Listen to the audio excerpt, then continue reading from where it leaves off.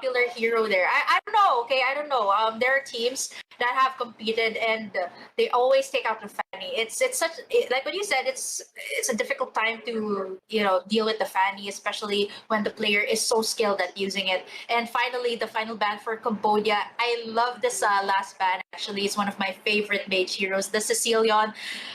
That is a menace to deal with, actually, when it comes to the late game. I mean, Yeah, the stack, actually, you can't really control its stacks. Just keep yes. stacking, right?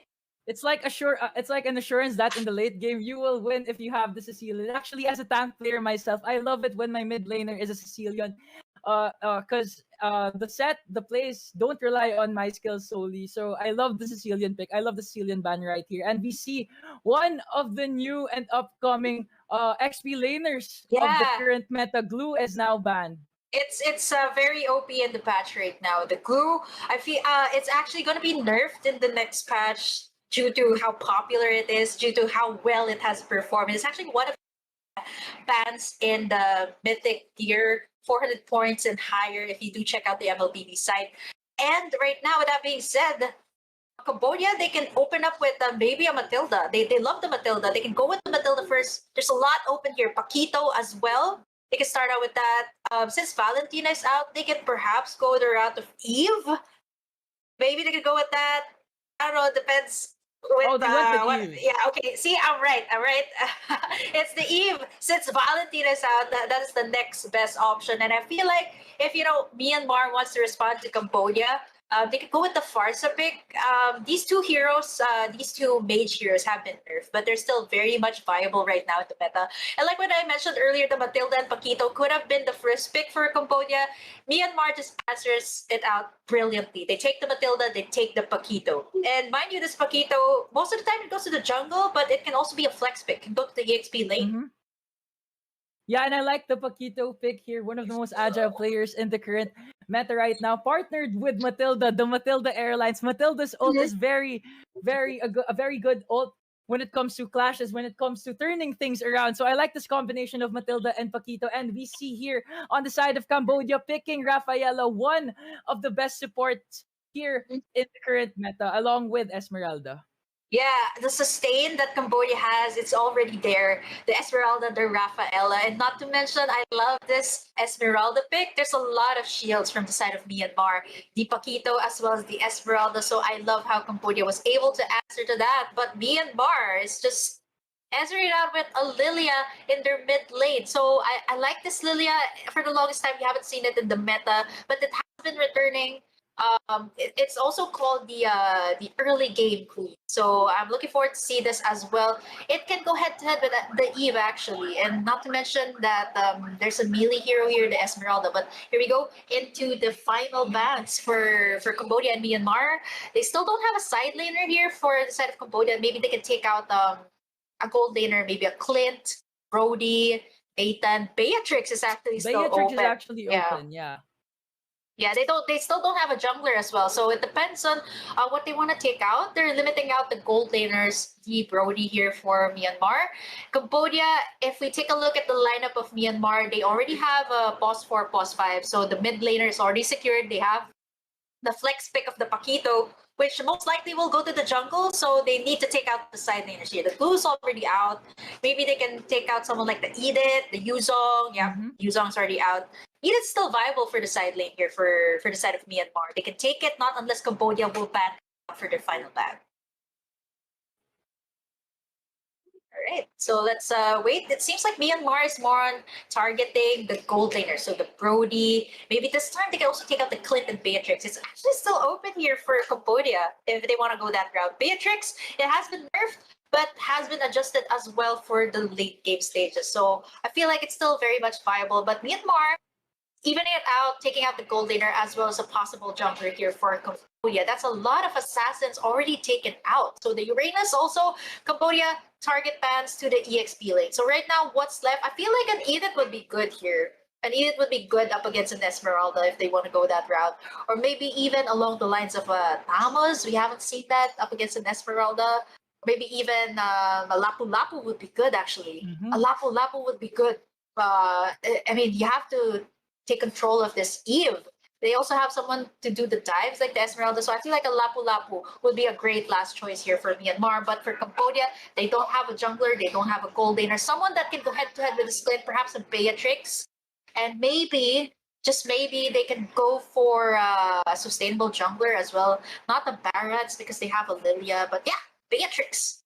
Beatrix is a Beatrix good will pick. be taken here by Team Cambodia. So who do you think will be the last pick, the jungler for the side of Cambodia? Mhm.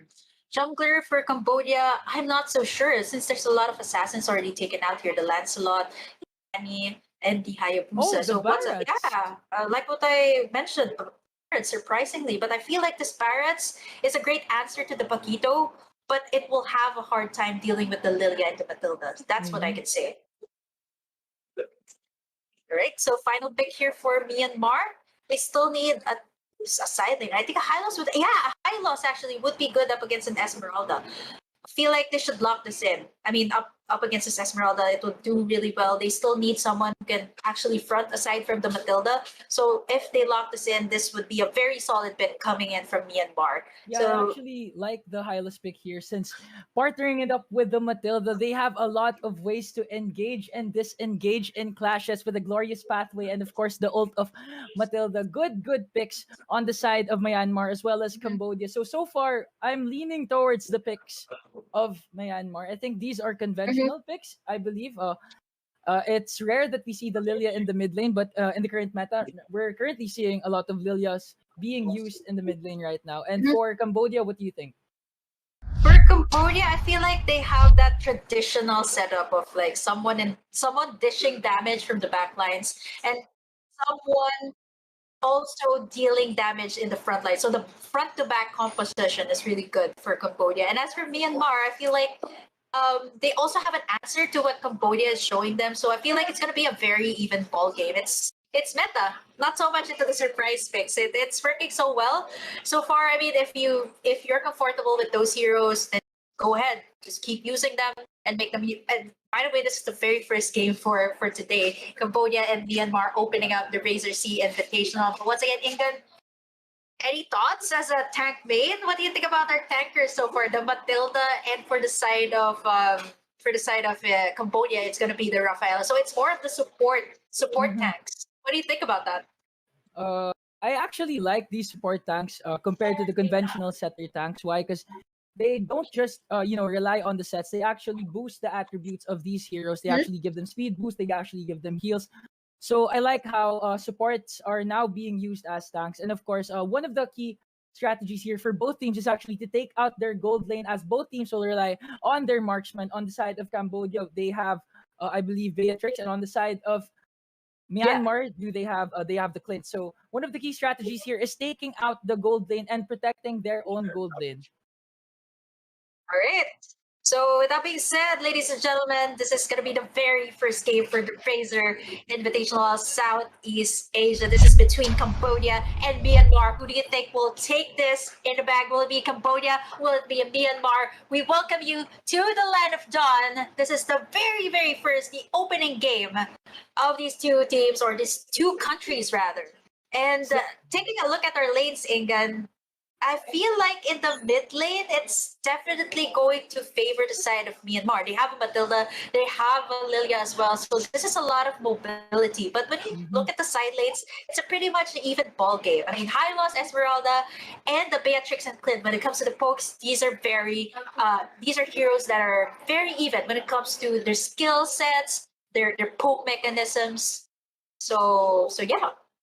Yeah, on the side of the mid lane, I actually prefer the Paquito over the Barrets, as the Paquito can farm faster than the Barrets and also rotate faster than the Barrets. But the sustainability of this Barrets will help him keep in check during clashes right now, as we can see Matilda already being aggressive on that Barrets, and we have a technical pause. So, BK, who do you think will win between Cambodia versus Myanmar? I feel like with a draft like this, Cambodia and Myanmar, it's so even out. Like, I mean, they have an answer to all the heroes that each country is bringing out. So for Mhm. me, it's a matter of execution. And especially, I feel like this is the type of game that will stretch out to like the mid to late game. So I feel like it'll be a very even ball game. It's just gonna matter with the communications, how the Mhm. players will play it out. So it really boils down to that. I mean, it just goes to show like the technical skills of the players. That depends if they want to go for a split push, they want to go for the clashes. But I feel like with the composition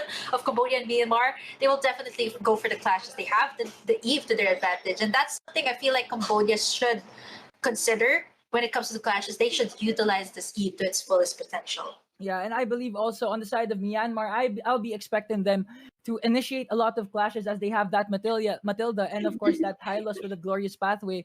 So I'll be expecting Myanmar to be very aggressive in today's game.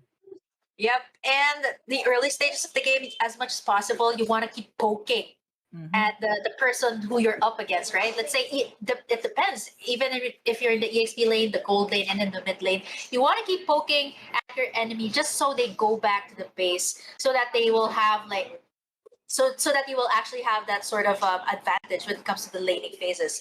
Just like how the Clit is poking here at our Beatrix from the side of Cambodia. Mm-hmm. If the more you poke at your lane, they will be forced to go back.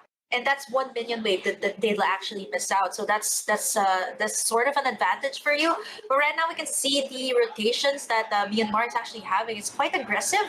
Pakito is already here in the blue side of Cambodia. So possible gank here. But you know what? You're going up against a Baron. It's not gonna be easy to take this hero down. They're already here. The damage is here. Here comes the Detona's welcome. Here comes the stun from our Hylos. There's still no glorious pathway here as our turtle is up for the grabs for these two teams. They want to get this early game advantage. They want to get this turtle. They need to get this. Both Cambodia and Myanmar, they're actually waiting. Who will be able to take this? Here comes the real world manipulation.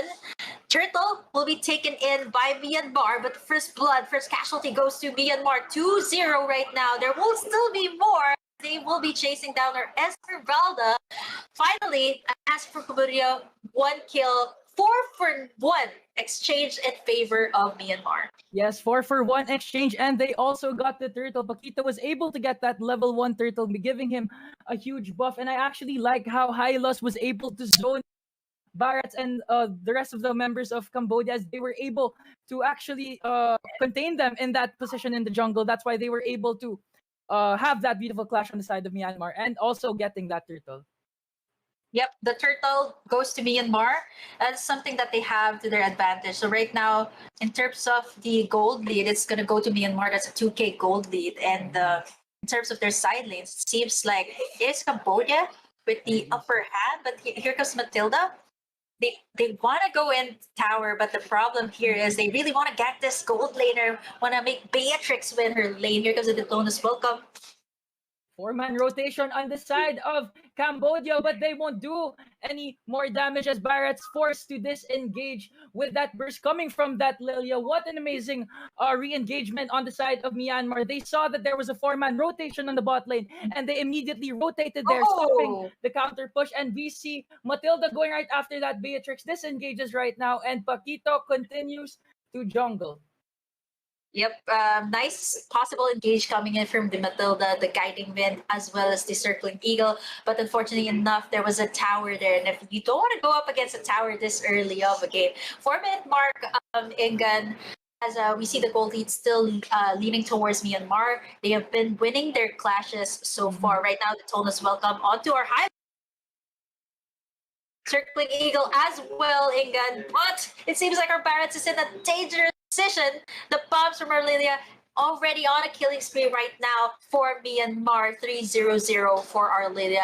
As the jungler is down for Cambodia, they should be able to take this turtle without any contest from A Cambodia. free turtle on the side of Myanmar, courtesy of that Lilia bursting out that Barrett's in the process. Now we will see a mid lane rotation here as Hylos continues to poke that Esmeralda. Falling Star Moon on that Hylos. Hylos will not back down against that Esmeralda. Oh, do you see that taunt on the side of that Hylos, taunting that Esmeralda in the top lane? Yeah, it was an almost kill. And in the drafting phase, I did say that, who can go up in it against an Esmeralda? They took out so many heroes, Reynos, Yuzong as well, but I completely forgot about the Hylos. This Hylos, is, yes, yeah, exactly. and it is doing very well, but it seems like Esmeralda is getting the upper hand. So Cambodia and Myanmar, we can expect a lot of rotations coming in here from our gold lane. You want your gold lane to win. Here comes the certain Certain heal. Eagle Hello, up Matilda. with that Matilda. Oh my god. Beatrix will go down in the hands of Paquito as well. As Matilda will go down a 2-for-none trade as Barretts will continue his attack on Paquito. Lilia going right after that Barretts. Paquito will kill that Barretts in the process. 3-for-none clash here on the side of Myanmar as I believe they will try to take down this tier 1 tower in the bot lane. Nope, disengages. What a good clash on the side of Myanmar. A very, very good rotation, BK. Yep. You know what, Ingan? The problem here for Cambodia is I said the Barretts could deal with the Paquito, could also deal with the Hylos, but the main problem here is that Myanmar has this Lilia. So the bombs, Yes. the slows that it has, I believe it has an Ice Queen wand right now. So it's going to be very difficult for the Barretts to engage. And Cambodia, it seems like our Barretts is always engaging by himself. And every time he does, it doesn't seem to favor Cambodia. It's just Myanmar Matilda. responds so fast. Hylos with a glorious pathway trying to take down that Rafaela. Rafaela will go down as well as the Barretts will be killed by the Paquito. 3-for-none trade again on the side of Myanmar. What a good counter rotation on the side of this Myanmar. I love how aggressive this Matilda is actually on the first clash. She started it off with a circling eagle on that Beatrix, taking down that Beatrix, then resulted to focusing their attack on the Barretts as Matilda will then again cast her circle eagles on that, who's this? Eve. Yep. You know what? Myanmar, every time they have an engage, it's so clean. They take out like 4 members from Cambodia, and right now they're looking to take the turtle. I feel like this is going to be another free turtle for Myanmar. Cambodia is doing their best to contest, but it's still Myanmar who will be able to take the turtle. And right now there might be another casualty for Cambodia. They can go under the tower. They have the Matilda's advantage. And right now, taking a look at their towers, 2 down for the side of Myanmar. As for Cambodia, they only took down 1 tower. They're having a difficult time when it comes to the clashes, and at the same time, they're just responding to what Myanmar is showing them. They're not more on the initiator types. They're more of the responsive types. It's just not. It's not nice to have a situation like this wherein you're just reacting to what your opponents are showing you, and just like that, Myanmar takes in more towers. 11-2 is our score. As we take a look at our gold lead, it's a 4K gold lead over Cambodia. Still no answer from Cambodia. They do have 2 kills, but I mean they aren't converting it to any tower takes. The team composition of Myanmar showing that they are at a disadvantage, as you can see, because Matilda can use that circling eagle to initiate engagements as well as that Hylos with that glorious pathway, or they could use that glorious pathway to disengage. And we also have that Lilia ult where she can regen her life. So right now, I love this team composition on the side of Myanmar. Cambodia is actually playing Myanmar's rotation, Myanmar's game plan. They are playing at the pace of Myanmar. So credits to the team of Myanmar as they will continue to dictate the pace and the rotation of this game with a 5K gold lead on the side of Myanmar. They really wanted to go for the sustain, but unfortunately, you can totally do tower dives like that. The Paquito is already on a killing spree, and you know what? If you have a Paquito that already snowballed this far, it's gonna be difficult to come back. Especially taking a look at the composition here of Cambodia, they don't really have much of a late game hero. I mean, the Beatrix is there, but you know what? If you take a look at the Beatrix and the Clit, it is Myanmar just having the upper hand right now. And it seems like they're going to go for this Lord. And mind you, this is not the Luminous Lord. It's the 9-minute mark Lord. Myanmar just wants to finish this early on, as early as the 9-minute mark. I could also safely say that Cambodia hasn't tasted the full capacity of Myanmar as they haven't actually had Clint in one of those clashes. So as you can see, Clint continues to pile up that gold lead and will later feel the wrath of that Clint into future clashes. Yeah. Clashes is what Myanmar wants, but it seems like Cambodia's composition, they aren't utilizing it to its fullest. And maybe it's also because of how aggressive that Myanmar dives. They have the Matilda, they have the Paquito, and just like this, another clash might be popping up. Daytona's welcome. Still no casualties. Black Shoes is their glorious pathway for our Hylos. All right, glorious pathway, but unfortunately, no casualties there. Just our Matilda from the side of Myanmar, but they are still winning the trades here. They also got the Lord, by the way, that's marching on the side. And Cambodia, with the way that they're responding to the clashes that Myanmar is initiating, it's not doing well. They're not doing well rather for Cambodia. They need to step up their game. Maybe perhaps have a miraculous set from the Esmeralda one falling star move. But how can you actually catch the heroes here of Myanmar as they are so mobile? Like what we said earlier in the drafting phase, they have the Matilda. They also have this Hylos, by the way, that can boost up the movement speed here of the heroes of Myanmar. And the Lord will be taken down on the side of Cambodia. Actually, the first clash in the bottom lane, when before the Lord came, it was actually a good clash on the side of Cambodia. The aggressors were Myanmar, but Cambodia was able to stand their ground and destroy and kill that Matilda on their end. So successful defense on this Lord clash here, as no tier nor inhibitor towers were taken down on the side of Cambodia. But they try to continue to engage here in the bot lane as Hylos continues to engage going right after that Rafaela. Rafaela will continue to heal and give speed boost to his teammates as they will try to get this red buff. Lilia going right after that. Barretts continues to micromanage that. Barretts popping his ult right now, and both teams disengages. And who got the red buff? That was such a messy clash. I didn't see who got the red buff in the bot lane. Yeah, it was Myanmar. It's still the Pagito who got the all the resources here actually of Cambodia. And every time, like going back to what I said, every time that they have a clash, the biggest problem here is the Lilia for the Barretts. They always seem to take out the Barretts here of Cambodia, their jungler. And taking a look at the items, yes, the damage output is there, the sustain is also there for both of the teams.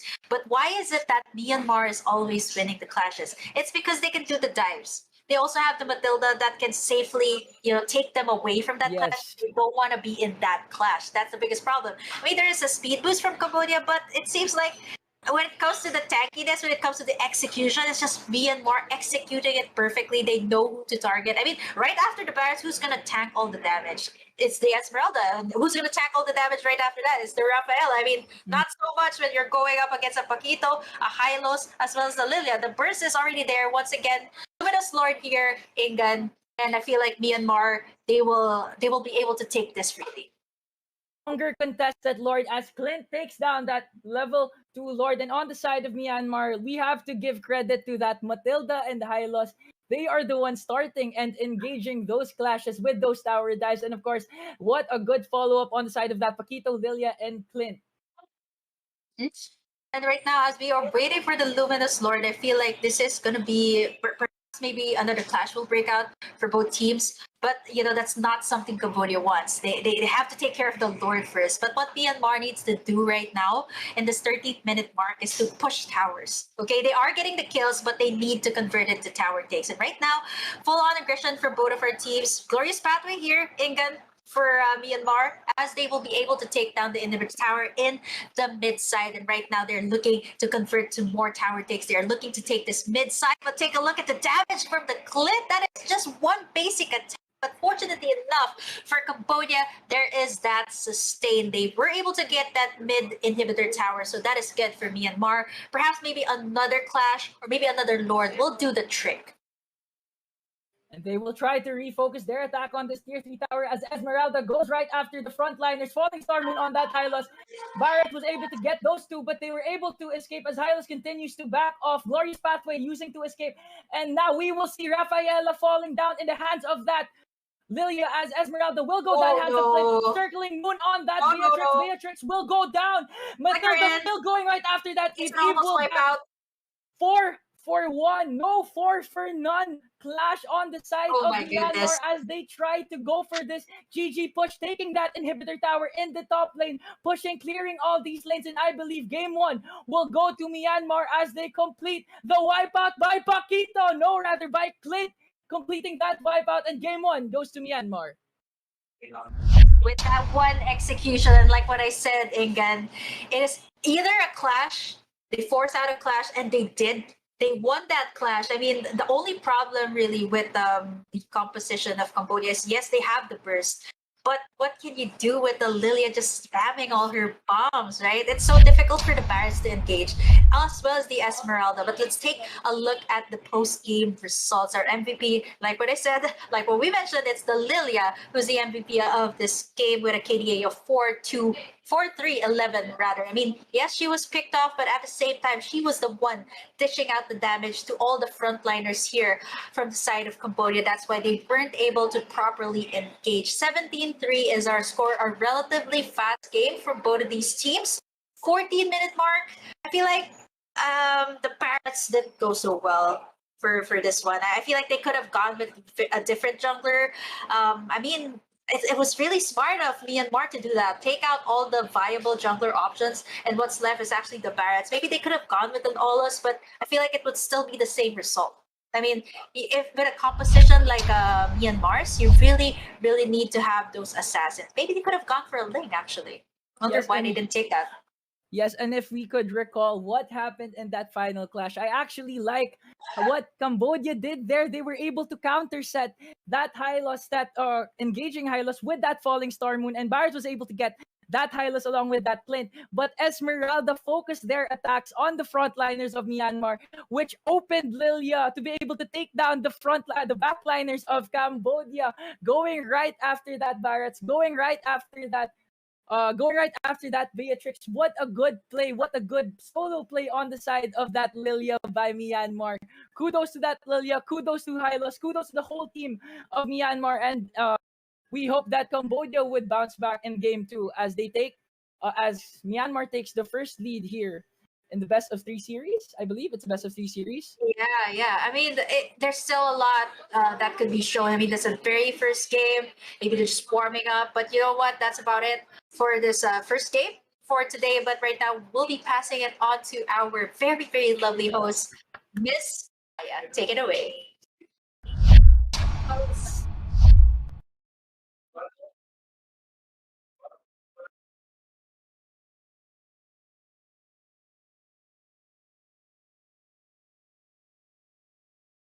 Of course, I want to say congratulations. Can you guys hear me?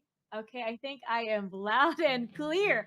So, congratulations once again to Myanmar for winning this round. But to Cambodia, of course, we still have another set of matches for you guys because this is, again, best out of two games, as far as I know.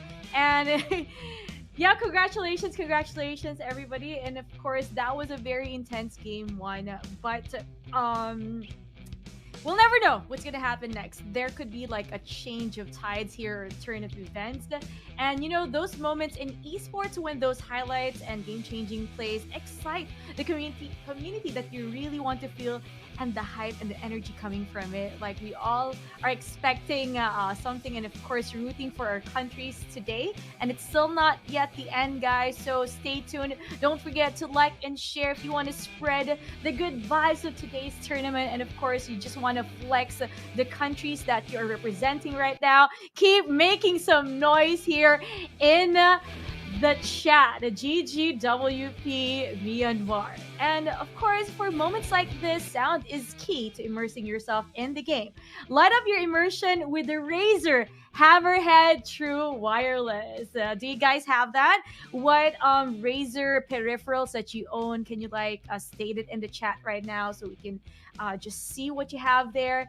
And with 16.8 million colors by Razer Chroma RGB, active noise cancellation. We all want that cancellation of noise, especially if you have a noisy background and you're a streamer. Like, for example, you stream like us and you don't really have the egg foams for your studio. There are dogs barking everywhere. Your neighbors are doing karaoke at 12 midnight, past 12.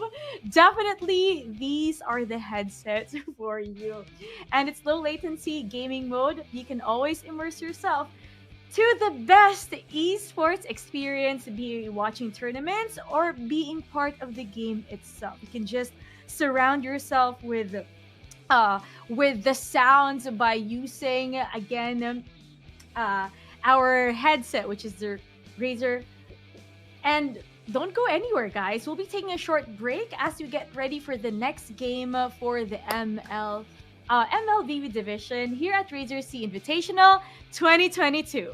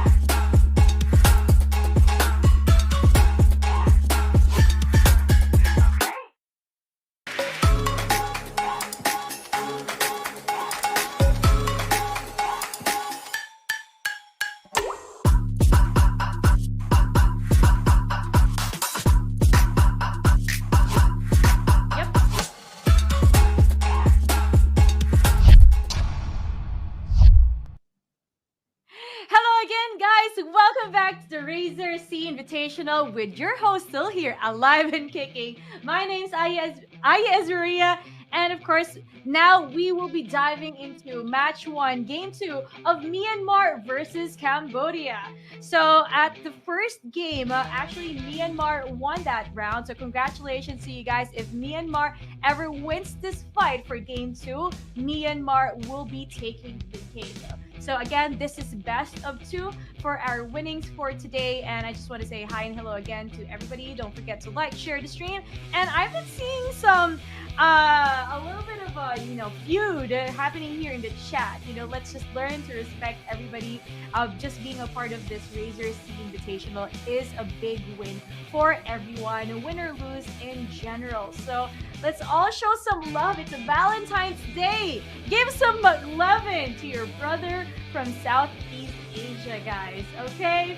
So, in case you've missed out on what the Razer C Invitational is, it's a tournament that features 10 of the top teams from Southeast Asia as they duke it out for the 30,000 USD prize pool. It is that big, guys. I mean, if I'm going to ask you, I've heard the casters talking about this earlier today. What will you do if you have $30,000? $30,000 here in the Philippines. We can buy a car, a house and lot, down payment for house and lot probably. And of course, this is to pave the way for this year's upcoming SEA Games. So I know you guys are all excited. So the tournament is once again sanctioned by the SEA Games Federation and is presented by Razer, by gamers for gamers. And let's not keep you guys waiting anymore, as we'll see this if the series will result in a sweep or a tie. Once again, Burger King and Inga Nation as our casters for today. Let's head on to game two.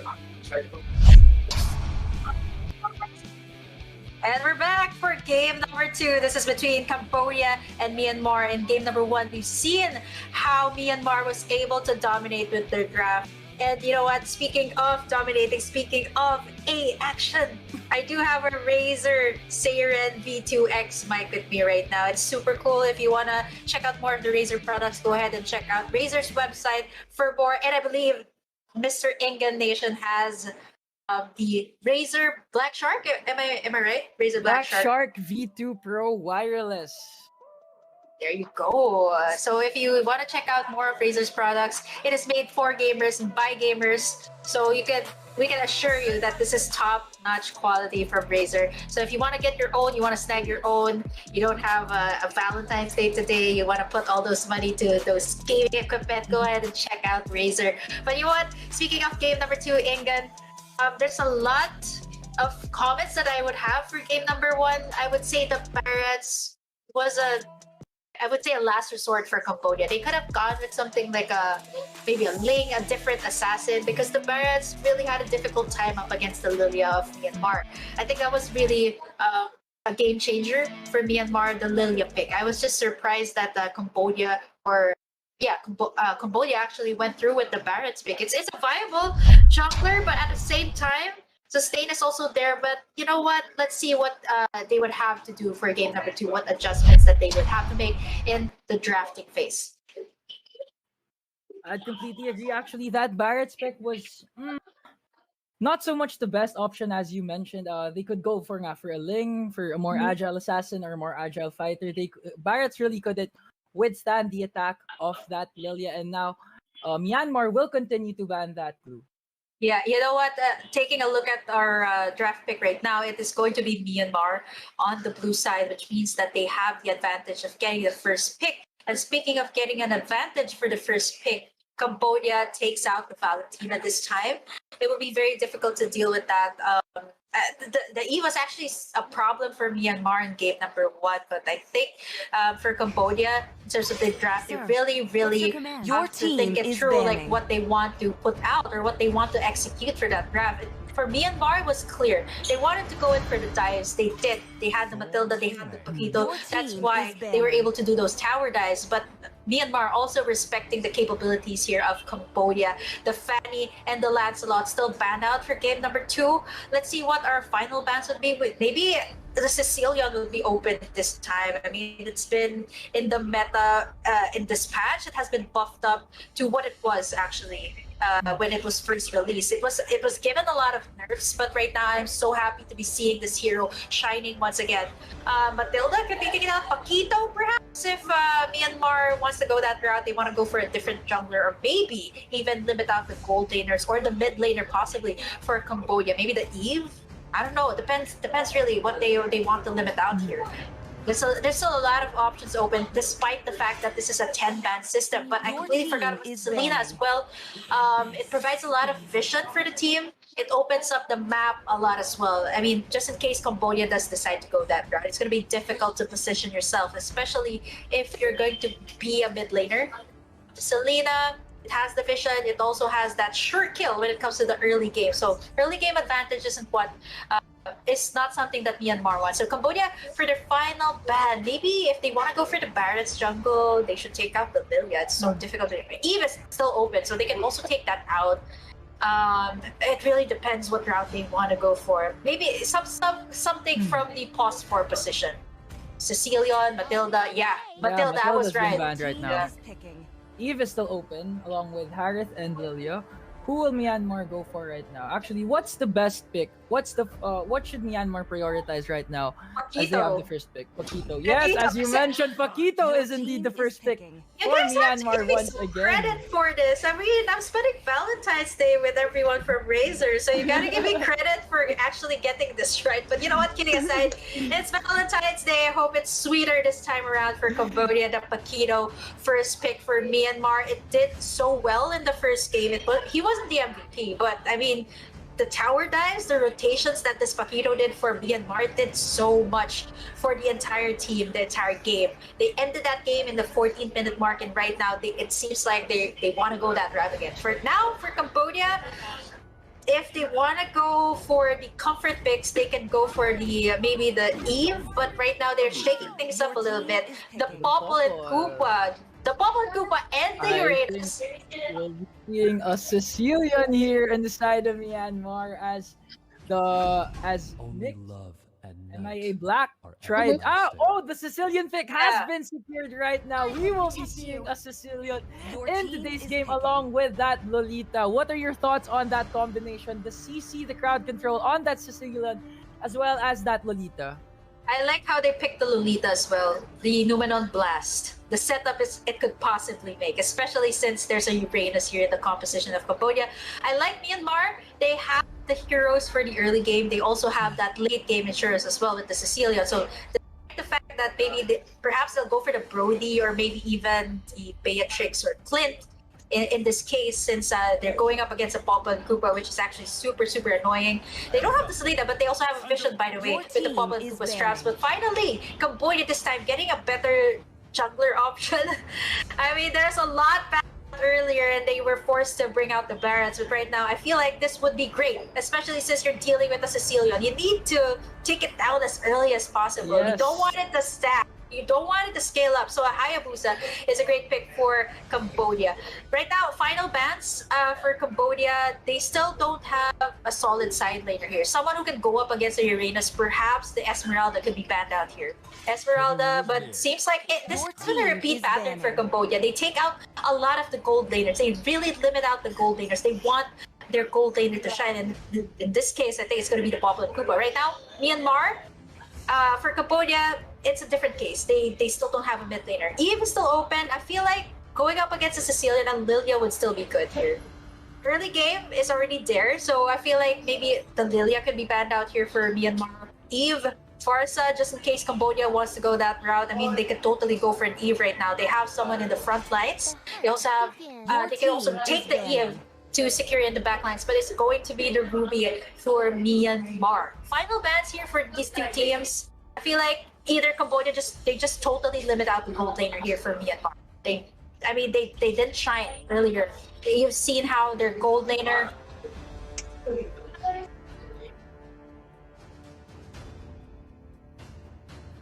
Alright, final bats here for Cambodia. They still need to, maybe Brody could be taken out here. Brody or Beatrix, actually. Depends what they don't want to deal with. Maybe an Esmeralda. They could take that out, just to even out the ball game. I think Myanmar, I think Cambodia will go for that Eve as their middle lane here, as Eve was very effective on the side of Cambodia in the last game. So, oh, they banned the Your Cho. team is Cho has banned. now been banned. So who do you think will Myanmar ban for the last pick? I think maybe they'll go for that ban. What do you think? The Ruby, it seems like they're taking out the the Cho. That's something we haven't seen in the EXP for so long. So right now, Myanmar, they can still go for the Esmeralda here. But I mean, going up against a Popple and Kuba, that would be so hard. But you know what? Cambodia, they still don't have a mid laner. They have to take out the mid laner here. I mean, in my opinion, okay, Lilia, maybe an Eve, maybe an Farsa, someone that can go head to head with the Cecilia. In most cases I've seen, it's always the Lilia. Kagura. Oh yeah, I completely Your forgot team about the is Kagura. Kagura. Yeah, that's a hero that can counter out the Cecilion. Yeah, with And the the Yin next Yang best overturn. option. Yeah, the Yin Yang Your overturn team can totally is catch the Cecilion off guard, but as well as this Lunox. I'm liking this. It can deal damage to the Paquito, and it's a great counter as well to the Uranus. So it would be great that it's actually great that Cambodia secured this Lunox, the counter towards the Uranus. But let's take a look at the final two picks here of Minion. They don't have a side laner, they don't have a gold laner, but it's gonna be the Brody actually for Myanmar. So still Myanmar has this up in the bag. I feel like it. They have the Lolita. They also have the Brody that has the range. So it's still looking good for Myanmar. And like what I said earlier, the Esmeralda, I keep repeating this. An Esmeralda that can go head to head with the Uranus. Yes. Finally, if Myanmar seals the deal with this, it's going to be a beautiful composition for them. Counter picks after counter picks on the side of Myanmar. Good composition so far on the side of Myanmar, and Cambodia will indeed go with that Johnson as their last pick. Now, this Johnson pick, how do you think this will fit in with the current meta? The Johnson. Oh yeah. You know what? I like this. I've seen this from Cambodia. Okay, I'm not so sure if these are the same players, but they are notorious for this Johnson Lunox combo. Like every time it hits, it's a sure delete on whoever they're going up against. So I'm not so sure. I have to double check the players later on, but they've seen this. It's a meta in their MPL, the Johnson Lunox combo. Oftentimes there are also like the Johnson Kagura combo that we see with this Johnson. They love this Johnson. Like what I mentioned earlier, England, there's a lot of metas that we haven't seen yet, and this is one of them. The Johnson Lunox The combo. Johnson Lunox combination. Actually, it makes sense with the bursting capabilities of that Lunox. One ult from that Johnson away, and oh my god, it will erase any hero on the field, on the land of Dawn. So I love that Johnson pick as well. You know what? I want to ask you something, England. You mentioned that you're a tank player. Have you ever tried Johnson? Nope. My god, I have never drove Johnson in my entire life. Even But you see, right I now. have a driver's license. Even I just got my driver's license last week. Oh, okay. Well, the real one, okay, not the one in the land of Dawn, not the one in the land of Dawn, but these Cambodians, they have the license to drive, and I can just say that it's gonna be a treat to watch. I've seen this before. I've seen this method: Johnson Lunox, Johnson Kagura, and at some point there was also the Johnson Eudora combo. So I'm looking forward to see that. But you know what, Myanmar, they're looking really good right now. They have the Sicilian, they have someone for the late game, but you know what, Cambodia still has the answer to that. The Johnson Lunox, which can totally take down the Sicilian with one hit. Depends on what they want to go for. Would they go for the magic damage Johnson, or would they go for the tanky Johnson? I think they really have to go for that tanky Johnson, since you know they have Lunox, they have Popple, and we have a flash here in the mid lane as Sicilian continues to go right after that Johnson. Lunox continues to micromanage the remaining players of Cambodia, as of Myanmar, as the clash continues here in the mid lane. Yep. Fortunately enough, there was no one taken down from that flash. It would have been a disaster for both Myanmar and Cambodia. You don't want to give the upper hand to the other team right now, especially Cambodia. Myanmar already has 1 point. They need to actually step up their game here. It's a BO2, which means I think it's a point system for this round. It's a point system, so every point counts for these teams. And right now, Myanmar looking to gank this gold lane. They have this Lolita. It's going to be a fast rotate, but in terms of the range, Brody and Popple and Koopa, the pokes are there, okay? The pokes are there. Take a look at it. Popple and Koopa, Brody, they're just poking at each other. As you can see, both the teams, all of the mid laners and the boss fight, they have already rotated to this mid lane, but it seems like the casualty will go to Cambodia. And will there be another one? Blue team hero has been slain. Oh, For man. a jungler, for a gold laner. The gold What laner. a good flash on the side of Cambodia. What a counter-attack on the side of Cambodia. At the expense of their gold laner, they were actually able to take that jungler away from Myanmar and now are able to set up good positions here in the turtle lane as the flash for the first turtle will commence. It's such a menace to deal with the Popo and Kupa. It's kudos to Myanmar for actually, getting that first blood. But you know what? For the price of your jungler, that's not so good. And right now, Cambodia, they got the turtle. Blue team hero Cambodia has got been the turtle slain. and another double kill on the side of that Hayabusa. Hayabusa continuing his attack on that long Lolita. Double kill for Hayabusa. What a good flash from the side of Cambodia. 2 for none with that turtle buff. Amazing, amazing rotation on the side of that Cambodia. Actually, that play started off when they picked that Paquito in the top lane. They had to wait for that Paquito before they initiated the clash in the turtle lane. Good rotation inside of Cambodia.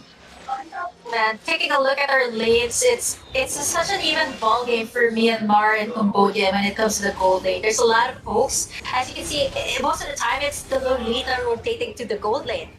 Whereas our bot side seems like a fair ball game given that it's an Esmeralda and Uranus, but here comes the rotation. Here comes the ultimate from our Johnson.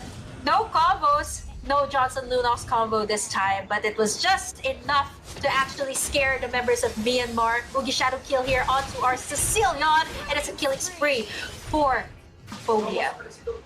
Is that 4-4-1-1 for that 4 for 1. Hayabusa? Yeah. That jungler on that Cambodia. At the 4-minute mark, approaching the 4-minute mark, he already has 4 kills. I think we won't be able to experience the late game Sicilian here unless Myanmar strategizes a new strategy to be able to take down this Hayabusa as well as the Lunox and Johnson combination. And on the top lane as well, Brody is having actually a hard time on that Popol and Koopa, forcing Lolita to actually zone out and help in the top lane from time to time, minimizing the rotation of this Lolita. Yeah, actually, it's great that they are rotating to the bot side, but like what you mentioned, Cambodia takes down the gold laner here. The revenge of Cambodia since it was the first blood. Their gold laner was down, and right now it is the Oogie Shadow kill. Mega kill for our Hayabusa. Will there be another casualty here? Johnson goes in, Newman on blast. There will be the pokes from the Sicilian, but the damage is still not enough. But the light damage from our Hayabusa is still there. He can't go for the Oogie Shadow kill. He won't be stunned here. The Uranus is there to tank the damage. Fortunately enough, it's still Cambodia winning this trade, and now you can understand why Myanmar banned out this Hayabusa in the first place. Hayabusa showing his full capabilities in the 5-minute mark here in the best of 2 series between Myanmar and Cambodia. That Hayabusa going right after the front line, going right after that Sicilian tower diving despite being alone. The Uranus actually helped late, but Hayabusa was able to take down that Sicilian in the mid lane. I'm so biased when it comes to the Sicilian. I just love seeing Sicilian, but take a look at the pokes from our public. Here comes the ultimate from our Sicilian as well. Newman on blast. Okay, there was no setup there, but I actually thought there was going to be another clash breaking out. But the surprise, there's just a lot going on here for Cambodia. Take a look at the rotations coming in from the Johnson. He's just going top side, then later on bot side, and it's just their side lanes can just sustain. Right now, this is looking much, much better for Cambodia. And not to mention, the Hayabusa here of Cambodia is just assassinating all the damage dealers here of Myanmar. Therefore, they can take the place that they want. Paquito will go down in the hands of that Popol and Koopa. As you can see, that Johnson was just driving around for like 30 seconds, continuing to give vision on the side of Cambodia. And once they saw an opportunity to flash, they saw the jungler, the most important player for Myanmar, as they take down Paquito, courtesy of that Popol. I stand corrected. There's a lot of surprise factors here from Cambodia. Yeah. One of them is this Johnson Lunox combo. You just actually Lunox isn't even inside Johnson. She's not riding Johnson. It's already scary enough that he's pumping up that ultimate. You don't even know where he's gonna land, and he perhaps could land on you. It's a sure kill for the members of Myanmar. They are on the full defensive side as compared to what they showed earlier. The Paquito is not working so well right now. Hero has been slain. Johnson!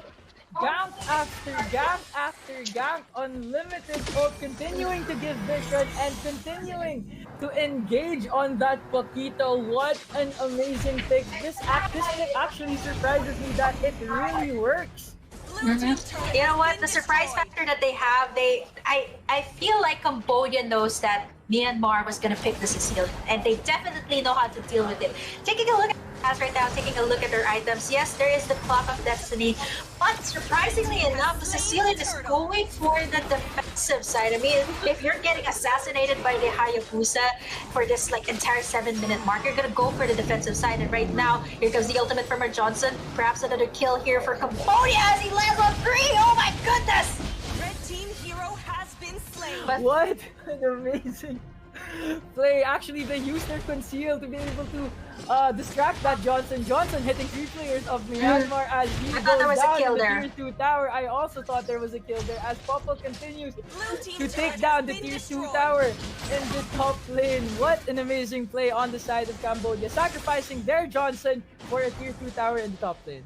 with your boss 5 for a tower, totally worth it. Totally worth it. He popped up the ultimate again. He can totally land in the members of Cambodia at any given time. And with the way that Cambodia is diving right now, it's looking so much better than game number 1. Here comes the ultimate. He's probably gonna land on maybe 2. Here comes the ultimate. They're taking in the damage from the tower. On that Johnson as well as that Uranus. What a good combination on the side of that Sicilian. And of course that Lolita taking down that Johnson. They were able to stun that Uranus as well, but couldn't do this, couldn't finish the job on the side of Myanmar as they try now to take down that Brody. Hayabusa going right after that Brody. Brody will not go down as Uranus will go down in the hands of Esmeralda.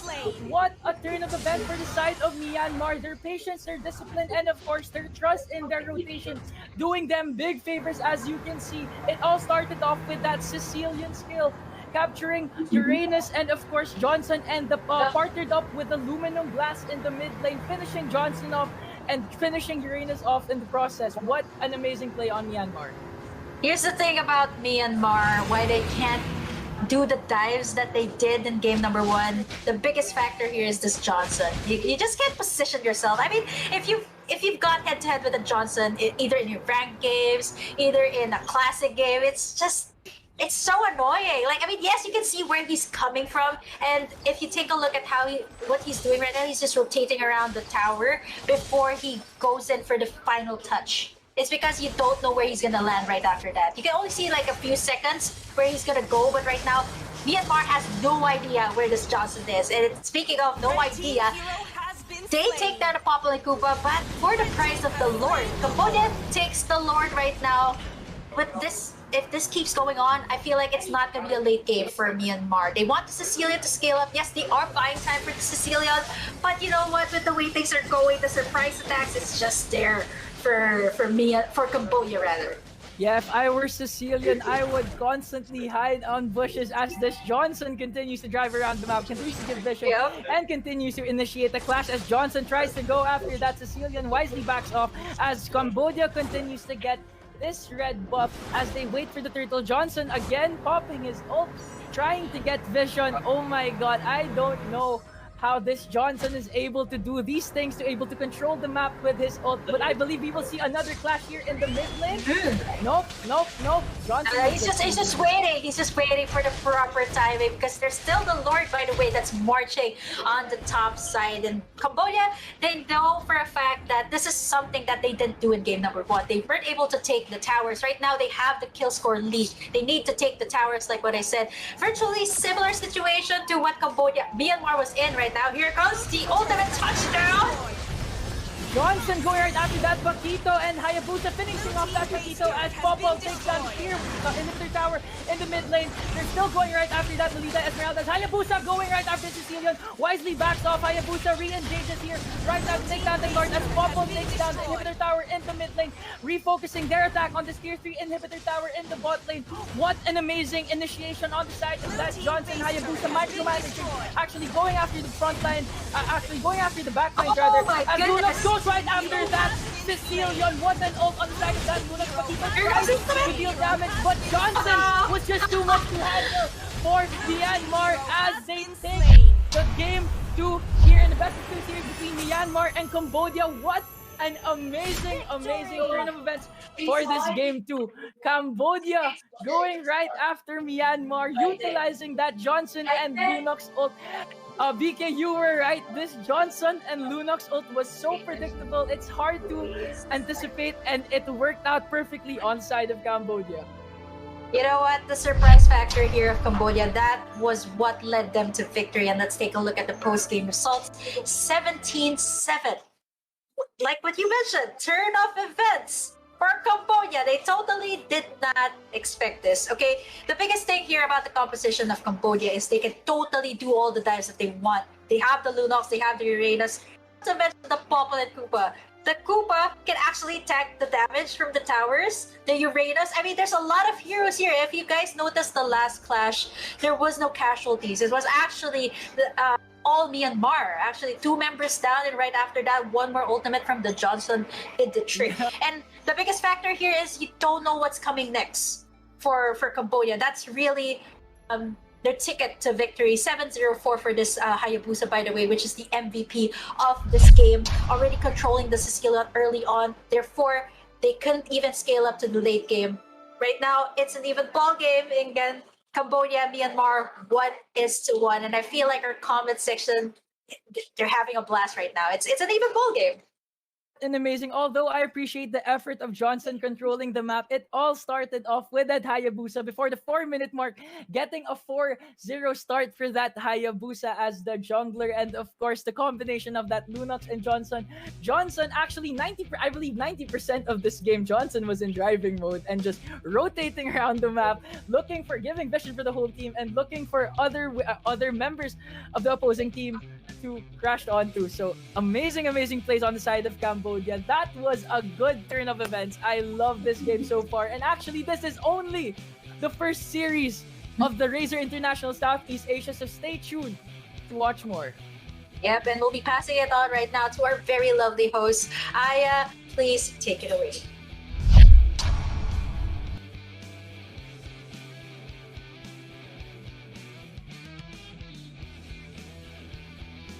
And there we have it. I'm so sorry, guys. I was on mute, but it looks like it's a sweep. Oh, sorry, it's a tie for both teams. Once again, congratulations to Cambodia. And I just knew that things could still turn around, and there's gonna be change of tides, and that's what exactly happened for the match 1, game 2. And again, since this is the best of 2, since we have a tie, the tiebreaker will be happening in one of the dates, which is 23, 24, and 25. So we're just gonna give you a little bit of a cliffhanger.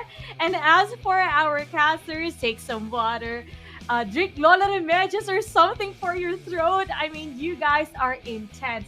And that was also a very intense match right there. So commend to the casters for doing such a great job. And yeah, that was Burger Kim and Inga Nation for you. Thank you so much for telling the story of Game 2. And just seeing this series and how things are turning out right now, you can tell that C countries have really prepared and performed and ready to take on the best of the best from other countries. And you know, on special occasions in real life, there's a saying that goes dress to kill, right? You want to go out there, you want to look our best, and you just want to impress everybody. Where you showed up in your accessories and fancy clothes, and esports, you know, it's no different, as you can show up in your games not only skilled but also be dressed for the part, dressed to kill. But when you don't have the skins to go for that, Well, good news, guys. We have Razer Gold. Razer Gold is unified virtual credits for gamers worldwide.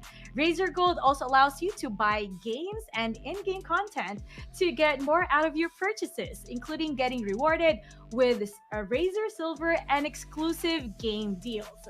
We'll be taking a short break again as we get the next series on ready for you guys. Brunei and Laos will be facing off next in our MLBB division. So stay tuned as we bring to you more from the Razer C Invitational 2022.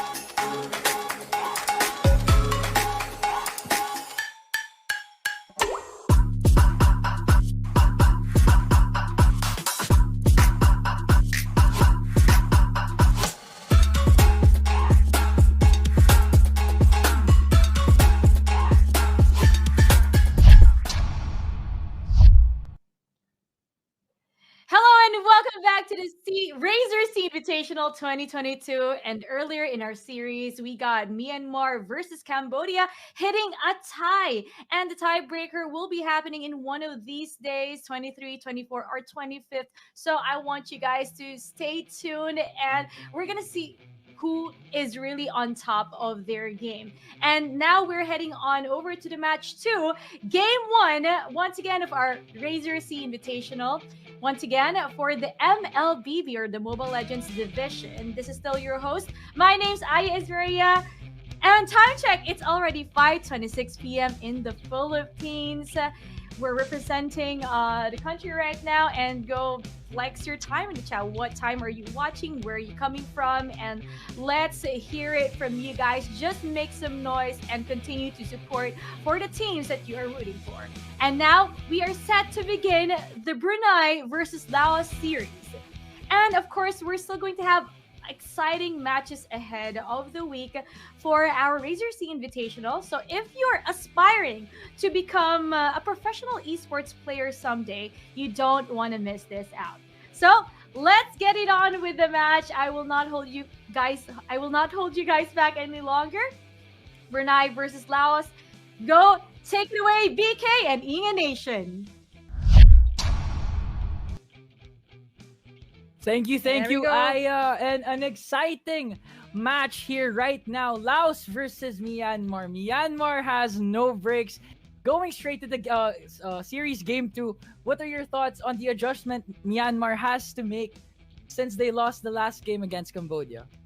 I feel like it's a refresh of mindset, Dengan. It's not more of the gameplay. I feel like after every game, every team, they have to, talk it out. What went wrong, what they have to do next. I mean, all you need to do right now is just keep moving forward, right? That's really what you want for your team, to move forward, to get all the points that you can get. And right now, they're going head-to-head with Laos. Very fresh from wherever they are, actually. This is their very first game for today, but this is not the very first series for today. This is series number 2 rather, for the Razer Invitational Southeast Asia. But you know what? Without further ado, I feel like we're gonna be heading onto the drafting phase in just a little bit. So hang in tight there, guys, because there's gonna be a lot of action here. You've seen how Myanmar plays. They can go for the aggressive plays. They can also go in for the a bit more passive plays. So let's see how this will pan out for them. I mean, you have to adjust every time you go up against someone new, right? You can't keep using the same strategy over and over again. It could work out, and at the same time, if you keep using the same strategy over and over again, your opponents can actually read you. It can actually know how to counter that out. Speaking of a new strategy, BK, I am actually dying to see my main hero, Kufra, enter the scene. Now, I want to see that Tyrant's Rage. I want to see the bouncing ball. I'm biased at my Kufra since he is my main hero. And I want to see some Kufra sets, some Atlas sets right now. So hopefully one of those teams will get my main hero too. So we can see some good sets, some good actions here right now between Laos versus Myanmar in the Razer Invitational Southeast Asia. Great. And speaking of, if you guys just tuned into the live stream, thank you so much for joining us this Valentine's Day. And happy Valentine's Day to everyone. Hope you guys are having a blast, enjoying the day, or wherever you are, whether you're working. I hope you guys still have a fantastic time, whatever you are doing. I mean, it's Valentine's Day after all. Everyone should be happy.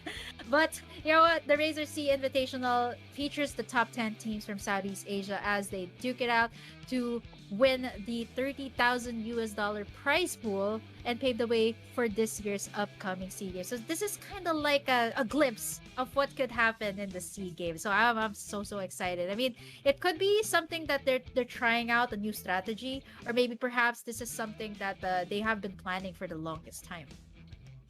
That's why, for all you Mlbbb fans all over Southeast Asia, stay tuned to know more about the new meta, about the surprise picks, and of course, how to further your game inside the Land of Dawn, courtesy of Razer's Invitational Southeast Asia match. So, BK, how's your Valentine's so far? I see that you've been casting the whole day. Any significant other waiting for you after your casting?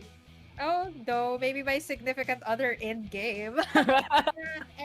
My hero has a partner, so maybe that. But for today, I don't have any plans. I'm just so happy to be here with Razer, casting this because it has always been my passion. Gaming has always been my passion, and I love how Razer is like for gamers by gamers. So it really, really fits my motto in esports. So I really love it. I'm so happy to be here. I'm honored to be here, and to be casting the entire day. I feel like that's such a treat for someone like me in esports. I How about actually you? share the same sentiments with you, as I am this is my first time shoutcasting actually, and it couldn't Ooh. have been better but to shoutcast at a Razer event. So I feel so welcomed. I feel at my own natural state right now. Thanks to you, of course, Your PK, and of team course the is whole back banning. end of this Razer Invitational Southeast Asia. So Yes. now we go here to the drafting phase of Game 1 between Laos versus Brunei. Oh, it's Brunei. Yeah, I'm actually curious. Is it the same as Malaysia, Brunei, and Laos, the Hayabusa, which seems to be a very popular pick here, a very popular ban. And like what I mentioned, not so much in the Philippine meta, just in case our viewers are wondering. So we're casting from the Philippines. So Hayabusa, not so much into the meta, maybe perhaps team because we're is more into the Lancelot, the Ling, but still the Selena. It has been a staple ban for the past two games between Cambodia and Myanmar. The Selena that opens up the map a lot. It gives a lot of vision. It provides a lot of vision for the entire team, Your as well team as the is Valentina. banning. That will, I feel like this hero will never be open for this. It will never be in the series Your or even team the is whole banning. competition, I believe. Yeah, it's so difficult to deal with. Not to mention it also has damage. So I mean, someone who can copy your ultimate, and I mean, think about it. If it's an Estes or maybe even a Kufra's ultimate, that would be Yeah. such a game changer, right? Plus, it has the damage also with the first two skills it has. I mean, despite the nerfs that they gave Valentina, it's still Sir, very much. what's your It's still a Your very team OP is hero. banning. I'm not so sure if we can use the new hero Yin for this invitational, but let's see. It's going to be the Hayabusa, the Valentina, as well as the Fanny being banned Your out for team is Brunei. And banned. just a little recap for Laos, it's gonna be the Selena, the Cecilion, and the Lilia. Mostly mid laners. So they're limiting out the possible options here for Your team Brunei is to take picking. in a high or an S tier meta pause 4 hero. But it's gonna be a glue for the first pick. Great choice for Brunei. Can be a roamer, can be an EXP later, but once again, I have to point out that the Matilda is still open here. Matilda, you could go for maybe the Matilda Eve combo. Matilda Eve, yeah. Matilda Yeah, Cabra. Eve. Yeah, you guys gotta give it to me. I mean, Valentine's Day, and I'm still on point. Matilda and Eve has been selected. 100% accurate prediction for BK right now. I feel like Ingan is like shocked that I'm making all these predictions. I Because am shocked. I'm actually talking to them over the phone. Okay, this is what you guys have to pick. But you know what? It comes with the experience. It comes with loving Mlbbb because it has been. I don't know. I feel like these are the S tier heroes. If you check out the meta, Matilda Eve, that's how it goes. And the next best option, perhaps the Farsa. If you can also go for the Kagura actually in this case. Very mobile hero. At the same time, it has that instant purify with its second skill. So Brunei, solid first two picks. What will they pick for their? Oh, they're gonna go for the gold laner immediately. Or who knows? It could be a Claude. Gold lane jungler. Your Brody. team Gold is lane picking. Brody. Great choice. And as Brody, you mentioned a Popol while Vuh, ago, Popol Vuh. Kagura was indeed selected. Your prediction again is 100%. As Khalid being Your taken team by is banning. Laos right now. I believe Khalid will be an XP laner, or an XP laner, yes. Definitely an XP laner because there's some Matilda. It's already a given that it's an XP laner. Something that I haven't seen for quite some time. There was a time that Khalid was super OP. It was in Yes. the ban list for the longest time. There were some nerfs, and I mean, with the release of new heroes, Khalid has been. I mean, it's there, but it's not like one of the top picks. So this is the first time I'm actually gonna be seeing it. Your team is Lolita banning. being banned out as well. They are preparing for the fact that this glue is going to go to the EXP lane, which is most likely the case.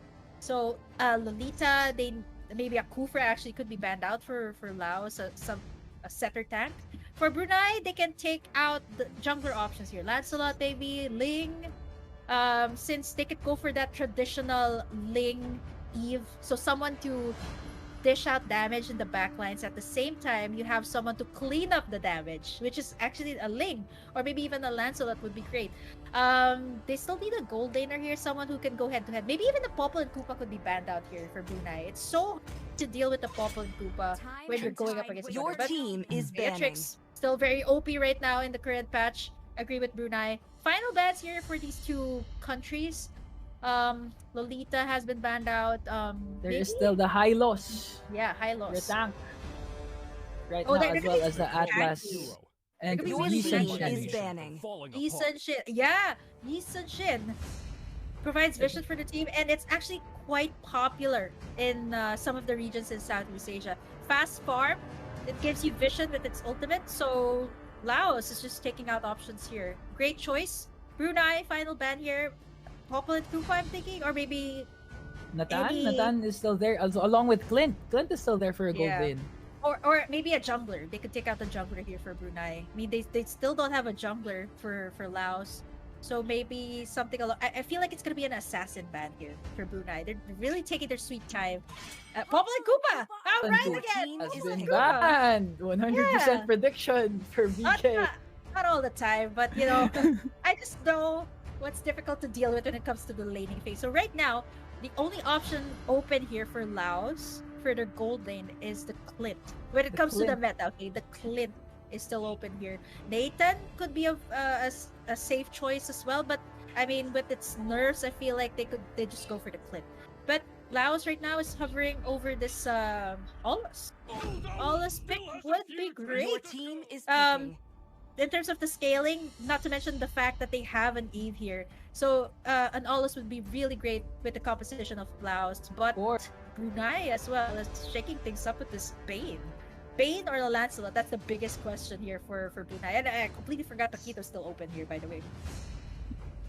And I do believe Paquito as their core for Brunei right now, going up against that Olus in the jungler lane. As oh my god, will we see Yeah, okay. Laos Yeah, ay, it gets Brunei? I feel like Why are you teasing me, Brunei? Select that they Kufra totally heard you. right now, They please. totally heard you. But I mean, taking a look, I feel like it would be great to have either Akai or Kufra would be great.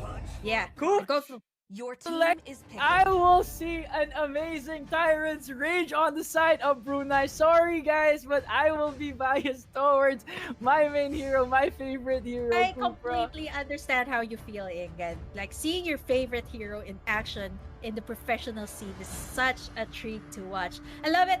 Kufra, I mentioned this earlier for Brunei. They need someone like this, an initiator tag. But looking at the composition here of Brunei, they could totally go for the dives. But I mean, Laos has that Kali. But I'm looking forward to see this 1-1 as well for the side of Laos. They sealed the deal with this 1-1 for their final pick. I feel like it would be a great choice. The next best thing. I mean, because there's a lot of marksman bans out. On the side of Brunei, they have, of course, my favorite hero, Kufra, along with that glue. So I think Brunei will start these initiations, even go for tower dives, as you mentioned. So this will be an intense game, a game filled with clashes, and of course, a game filled Full with of ups setups. and downs, full of setups. Yes, so I am excited to cast to and to watch this game between Laos versus Brunei. Yeah. Right now, taking a look at the matchups, Glue in the EXP lane going up against a Kali. Most of the time, I see like Glue going up against an Esmeralda, or maybe a Glue going up against, in some cases, Faramis, just to counter out the Glue. When it comes to the gold lane, I haven't seen a 1-1. I know it has been buffed, but it's going to be deadly if it's able to pop up that passive, the 1-1. It's But gonna be the problem difficult with to the win. 1-1 is she'll be having a hard time getting gold farming, since 1-1 is known to be a slow farmer. So will It we takes see a time. late game, or will we see an early end? We'll see. Yep, Laos and Brunei going head-to-head in this very first game for the series. Best out of 2, ladies and gentlemen. So this means that whichever team wins, you still got another game to bounce back from. But taking a look at our gold lane, it seems like our Brody is having a difficult time up against the 1-1. But the invasion here of the Kufra, it does matter to Laos. It's not going to be an easy farm for this Olus. But here comes the Paquito. They're trying to get the Little Wonder, and it's going to be Brunei with a great start. They got the Little Wonder, and right now, Paquito on the rotation. We've seen how Paquito was able to snowball early on. And Yes. if Brunei gives it to their jungler this time, I feel like it would be a great head start for them. They could just totally snowball there. They won't have that late game for Laos. I mean, you have an Olos, you have a 1-1, you want us. You want things to scale up, right? We see right now that 1-1's actually dominating this lane against Brody as Kufra goes right after that. Matilda successfully escapes right now. And I do believe as a tank, it is your responsibility to watch out for that Brody, to watch Brody and to watch out for that 1-1. So I believe we will be seeing Kufra in the gold lane mostly. And we can see here in the bottom lane, a rotation here by Paquito, trying to wait for that Khalid as Paquito goes in the bush, tries to go for that crab instead. And what are your thoughts so far with this Khalid XP laner? Oh, I haven't seen much of it. It seems like it's doing well up against this glue. I mean, you can't really engage that much. I mean, as a Kali, you have the early game advantage. You want to go in for the pickoffs immediately. You want to dominate your lane, but that's not something we're seeing from this Kali. It's a given fact that if you're going head-to-head with a glue, you don't want to go near it. And right now, Brunei going off to a great start. They got the turtle, and right now, they still no casualties here for both of the teams, but I feel like it's going to happen real soon. Yes, Feel on the side of the top lane as the first blood by Kagura taking that Aulus down. What an amazing clash on the top lane courtesy of Brunei with that Kagura finishing it off. And I think we will see another engagement here as Kufra tries to give vision for that Brody. Matilda sneakily in the bush waiting for that Kufra to go inside as Matilda goes right after that Kufra. Brody continuing to micromanage that Matilda, and so far right now, I think the gold lane is indeed a match right now. So, at the first minute, I believe Brody was having a hard time against this 1-1, but right now, thanks to the rotation, thanks to the early buff for that turtle, Brody can now stand his ground against that 1-1. Yeah, you see how Brunei is rotating to the gold lane. I mean, 1-1 going up against a Brody, they're really having a difficult time here, and most of the time you can see the rotations. Definitely it will be on the top side, but as we are saying that, Kagura does get a solo kill onto the Eve. Yin Yang overturn on point, and let's take a look at the items here of our players. We already have the arcane boots for both of our mages, which means they are going for that magic penetration. And I believe it's going to be the dominance ice priority for both of our tanks. But right now, it's Laos. They're winning the trade over the gold lane. They know What a that. clearance rage over that Kufra against that 1-1, and I believe 1-1 will go down in the hands of that Kufra. Matilda circling eagle on that Brody. Brody nowhere to go, will go down in the hands of Aulus as Kagura tries to escape. Laos continuing their attack on the top lane. Paquito now re-engaging against that Aulus. Aulus will go down and will go down in the hands of Paquito. What a good counterplay on the side of Brunei as Kagura was still there to be able to micromanage that. Who was the last one who died? Was that Aulus? No, that was Matilda, the last one who died. Yeah, So it now, was their jungler who actually got taken down in that situation. Nice setup once again coming from our Kufra as a Brunei. I feel like they will be able to secure in this turtle safely. Once again, 4-1 is our score. And right now, Laos, I feel like they could have won that clash. The biggest problem is I think they overstayed. They really wanted to get more pickoffs, but that's not what you want to do. You want to push in more towers. yes. I mean, if you guys are new to Mobile Legends, it's not all about the kills. Yes, the kills will help you, but at the same time, you need to get tower takes. That's really what Brunei wants right now. They haven't been able to push any towers. They got the gold lead. They also got the kill score lead. And right now, Yin Yang overturn. Iron's Rage as well takes down her Eve once again for the second time in this game. I love how this Kufra is actually providing a lot of vision here to Brunei, even though they are kind of on the losing side in their gold lane, but they're still doing so well in their mid lane and in their EXP lane. Another amazing catch on that Kufra as we can see Glue going right after that Khalid. Khalid pops his ultimate and will go down in the hands of Kagura. This is why I love Kufra. Kufra giving a lot of vision for the team, actually.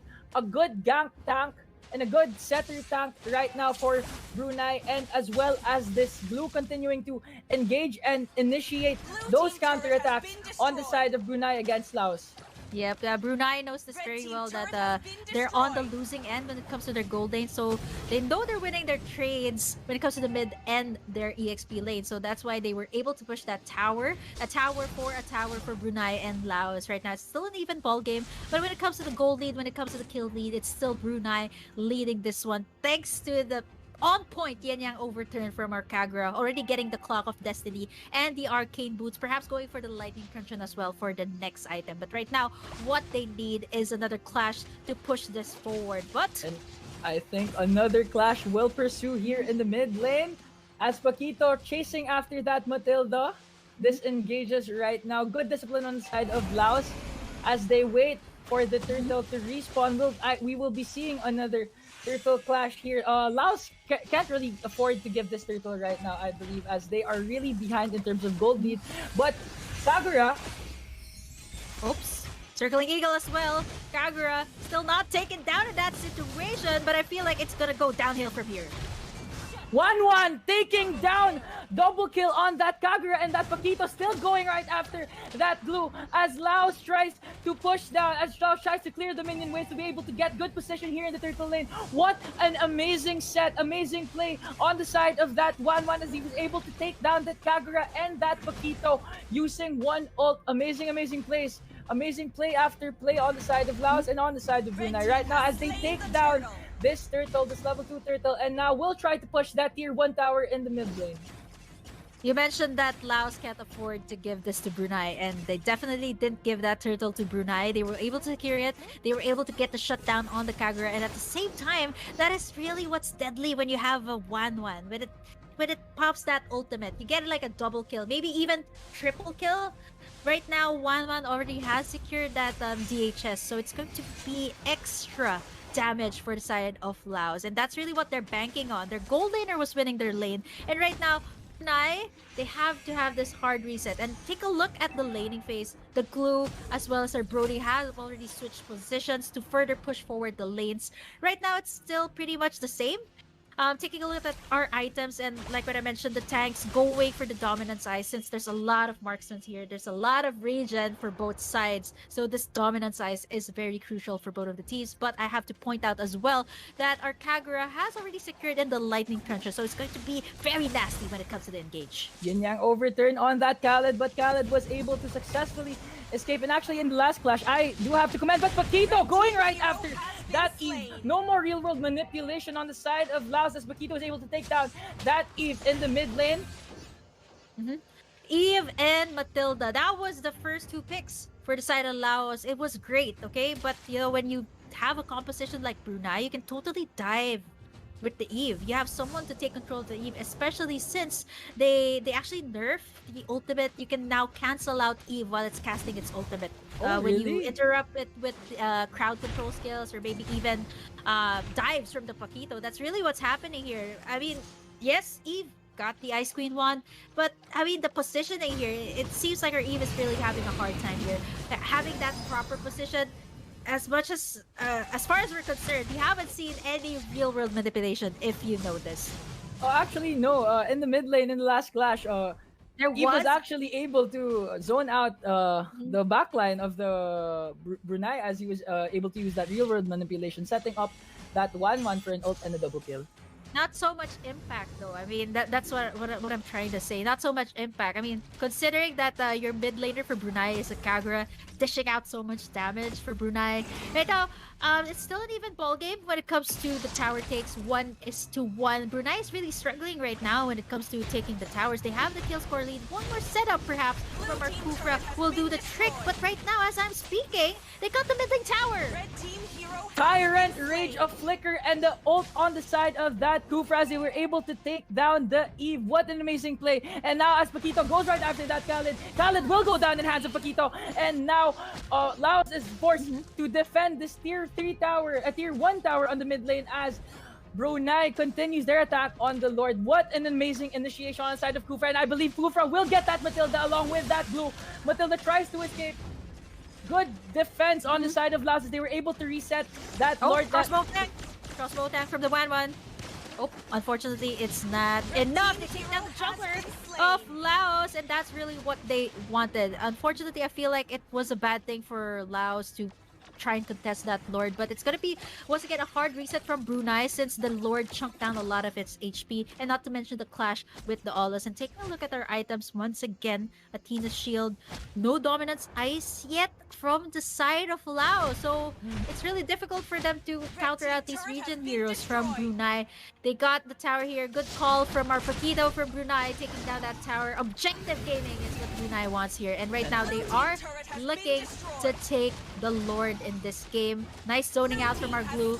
They successfully take the Lord. Not yet the Luminous Lord, but enough to take down some towers from Laos. What an amazing play on the side. As you mentioned, that Paquito actually wisely taking out the tier 1 tower in the top lane to be able to set that Lord take for an uncontested Lord take on the side of Brunei. Now, what Brunei is waiting for is the Lord to push the towers on the bot side and perhaps force out another clash, because it seems like Brunei is winning the clashes. If you take a look at the kill score, 10 is the 3. Brunei leading with this one, and big factor here is the setups from, yes, your favorite hero, Kufra, and not to mention the yin-yang overturn here of the Kagura is such a game changer. But what Brunei has to watch out for is the passive of the 1-1. It has dealt so much damage towards the members of Brunei, and right now they are going for this tower push. Tyrant's Rage. And as you can see, Tyrant's Rage on that Kufra. The tier 2 tower will not go down. Khaled going right after that Kufra. Blue going right after that Khaled. Kagura bursts down that Khaled. And now killing spree on that 1-1, taking down that Kufra as well. Flying. The 1-1 is now flying, taking out that Blue as Olus tries to focus his attack on Brody. Brody will not go down as Paquito will try to re-engage on that Matilda. Matilda wisely backing up. What an amazing clash on the side of Laos. A 3-for-1 trade, and actually they were able to defend that tower, not making it reach their inhibitor tower. Good clash on the side of Laos. Oh my goodness. 1-1 didn't even buy any boost. Just went for the corrosive side, went for the DHS. So it's full damage 1-1. This is what I was saying earlier, Ingen. The problem here for Brunei is they have been initiating a lot of clash, given the fact that they have the Kufra. But the biggest problem is if you pop up that passive of the 1-1, there's no escape. Not unless if you have a Winter Truncheon, but it's just gonna buy you some time. Right now, that's the biggest problem for Brunei. They got some towers here. Yes, 4-4. They have to take down this 1-1, really. It's not even the biggest problem here for Brunei. It's not even the Eve. It's the 1-1. It's the 1-1, yes. The 1-1 that has been continuously free hitting the members of Brunei, being able to pop up that passive. Corrosive side, DHS, Wind Talker, as well as the Wind of Nature to counter out the physical damage output from our Paquito. It is just, this 1-1 is ready for clashes. And as you can see in the mid lane, we have a 5-man rotation on both sides as we will be seeing another clash as they wait and clear out this mid lane. Kagura continuing to micromanage the members of Laos as they wait for the Lord, the level 2 Lord here in 20 seconds. 20 seconds. Luminous Lord, by the way. So both Brunei and Laos, they know this very well. But I feel like they want to get some pickoffs first before they get the Lord. But at the same time, that's the biggest problem for Brunei. Now they don't want the clashes. Earlier on, they wanted the clashes, yes, because the 1-1 still hasn't scaled up. But right now, you just don't want to pop up that passive of the 1-1. So I feel like both Brunei, Laos, both the junglers, they're just doing their best to take in the objectives. I'm actually quite surprised that Brunei rather, hasn't taken in the middle lane tower here of Laos. A fight is about to break out in just a little bit. Both of our teams, they're just waiting for the proper pickups. I feel like it's going to be select targets for both of these teams. For Brunei, they want to take out this 1-1. And for Laos, they need to take down this Kagura, or maybe perhaps even the jungler would be great for Laos. And as 1-1 is starting off that Lord, good position on the side of Laos as they don't even see the Blue right there in the bush. Blue engages right now, popping his ult right now. 1-1 is now flying, going Kufra with the Tyrant's Revenge on that 2 players, but no one. Paquito will bring that Eve down as Paquito will bring that 1-1 down as well. But the turn of events on Laos. No. Oh, Laos. 5-4-1 trade on the side of Laos will focus their attack instead on the steer inhibitor tower Oh. in the mid lane, and I believe they could even finish this game right now. Will Laos They go can for that totally- GG push? Yes, They can go indeed. for it. They can actually go for this push as Laos turn things around. Another beautiful set on the side Yep, of that they Cooper, but they finished were this able one. to take down Brunei, and now Laos will take game one of the best of two series between Brunei versus Laos. I believe comebacks are real. And speaking of Comebacks comebacks, are real indeed. if it's Valentine's Day, you're sad, believe in comebacks because this game is a testament to that. 11 threes are scored. This is one of the games that you can have that post-game result of epic comeback. Okay, what was the big factor here for Laos to have that comeback? It was this 1-1. The 1-1 indeed. that Brunei was actually having a difficult time dealing with, especially in the gold lane. 1-1 up against the Brody. They know that. They were able to push in the towers. They were able to get in the turtles as well as the Lord for Brunei. Great start for them. I said that was the case. The Paquito was able to rotate, was able to snowball, but unfortunately enough, they had the 1-1. They also had the Olus, by the way, which is a scaling hero for Laos. That was just the key. They waited out. They wait for their items. And finally, they get that comeback that they wanted. And that was just Laos securing in the first game for this series. Still not over, ladies and gentlemen. We still have one more between Brunei and Laos. But right now, Ingen and Burger came out. We'll be passing it on to Aya for our very, very lovely host.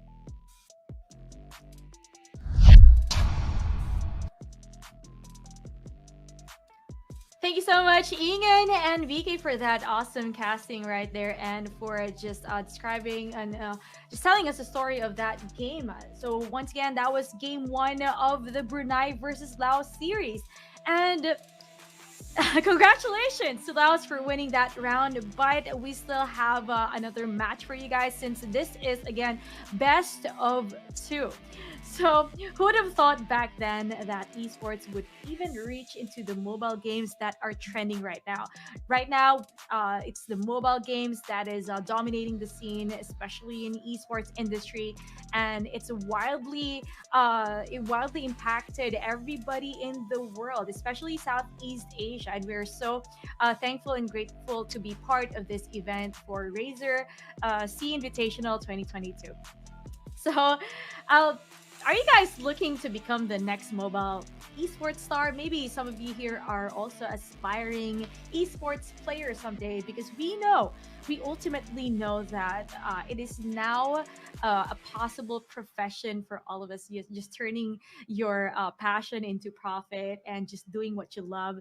So you better be ready with that latest in tech for the smartphones, and even have the peripherals ready to ensure you're always on top of your game. Razer making it all possible for you guys, because we are by gamers and for gamers, of course. So how about cranking up your iOS or Android service or device with the Razer Kishi Universal Gaming Controller. So gain unhindered controls for your mobile phone games with its clickable analog, thumbsticks, and ultra low latency gameplay. I don't have the demo unit for that, but you can definitely check out on their website or on their page on how it looks like. Again, that is the Razer Kishi Universal Gaming Controller for all you mobile gamers out there who want to step up their game. And you can get it either for your iOS and Android. So both operating systems will work for this. And go make your move. The battle continues for Brunei and Laos as Game 2 is coming up next. So don't touch that dial. We'll be right back for more action from the Razer C Invitational 2022. See you guys in a jiffy.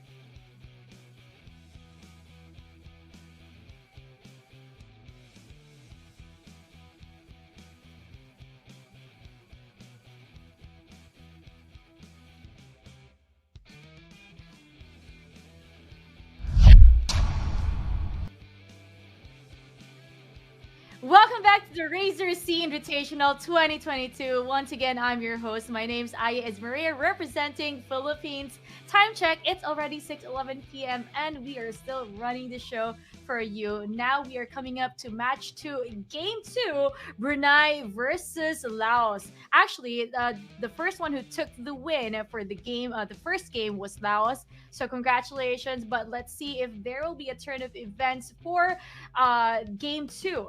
And I just want to say happy Valentine's to everybody. Thank you so much for tuning in.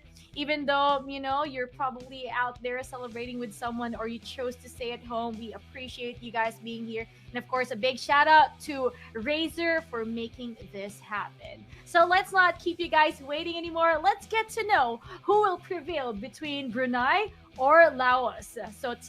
So I'm now passing on the mic to our Philippine casters, Burger Kim and Inga Nation.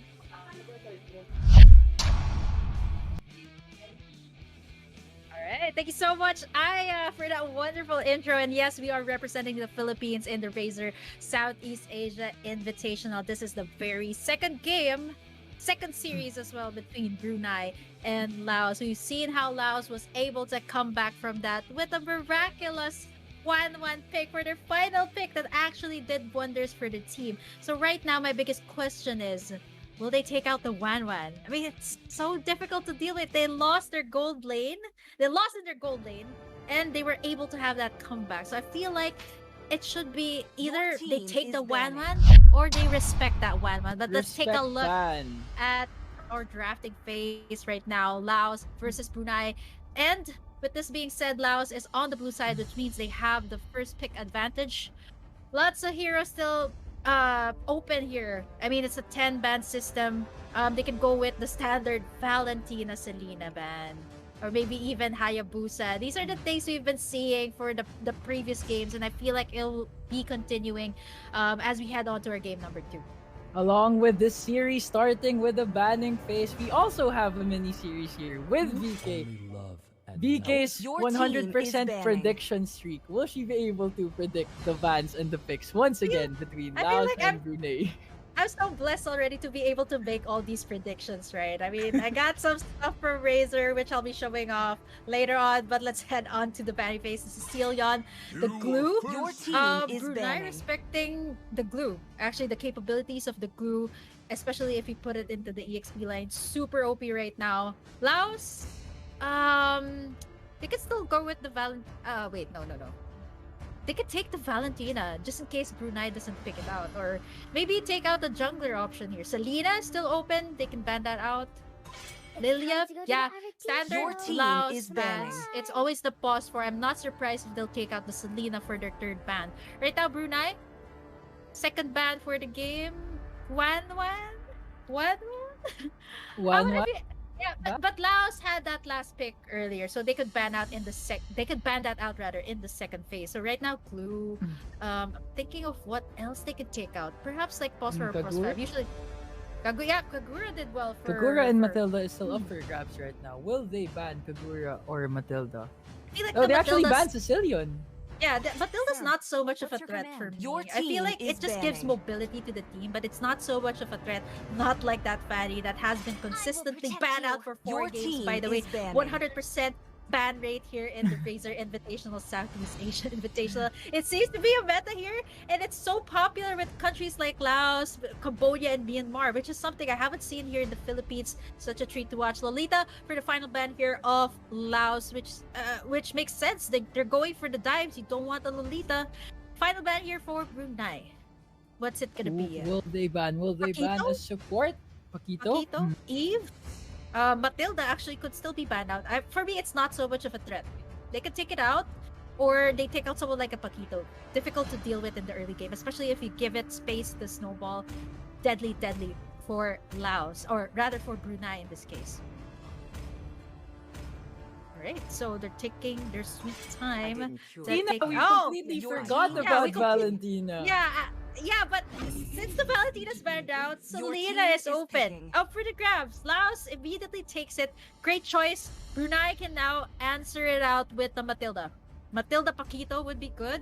Matilda Eve, but that's gonna be so difficult for the Eve. So maybe a Kagura would be great. Matilda Kagura would be great for Brunei. Matilda would be a great combination right now. Great answer to Selena as well. They can also go with the route of Popol and Koopa. I mean, actually, you know what? I've seen a game like that. Selena, Popol, and Koopa. Absolutely devastating for the losing team because they got no. It was a Popol and Koopa. That was the back when Popol and Koopa was still used as Among map. the But And you're planes once I'm right. again as they I'm right. select Once Eve, again. I was Esmeralda will be picked by Brunei. yeah, an I understand why they old took team this is picking. Esmeralda.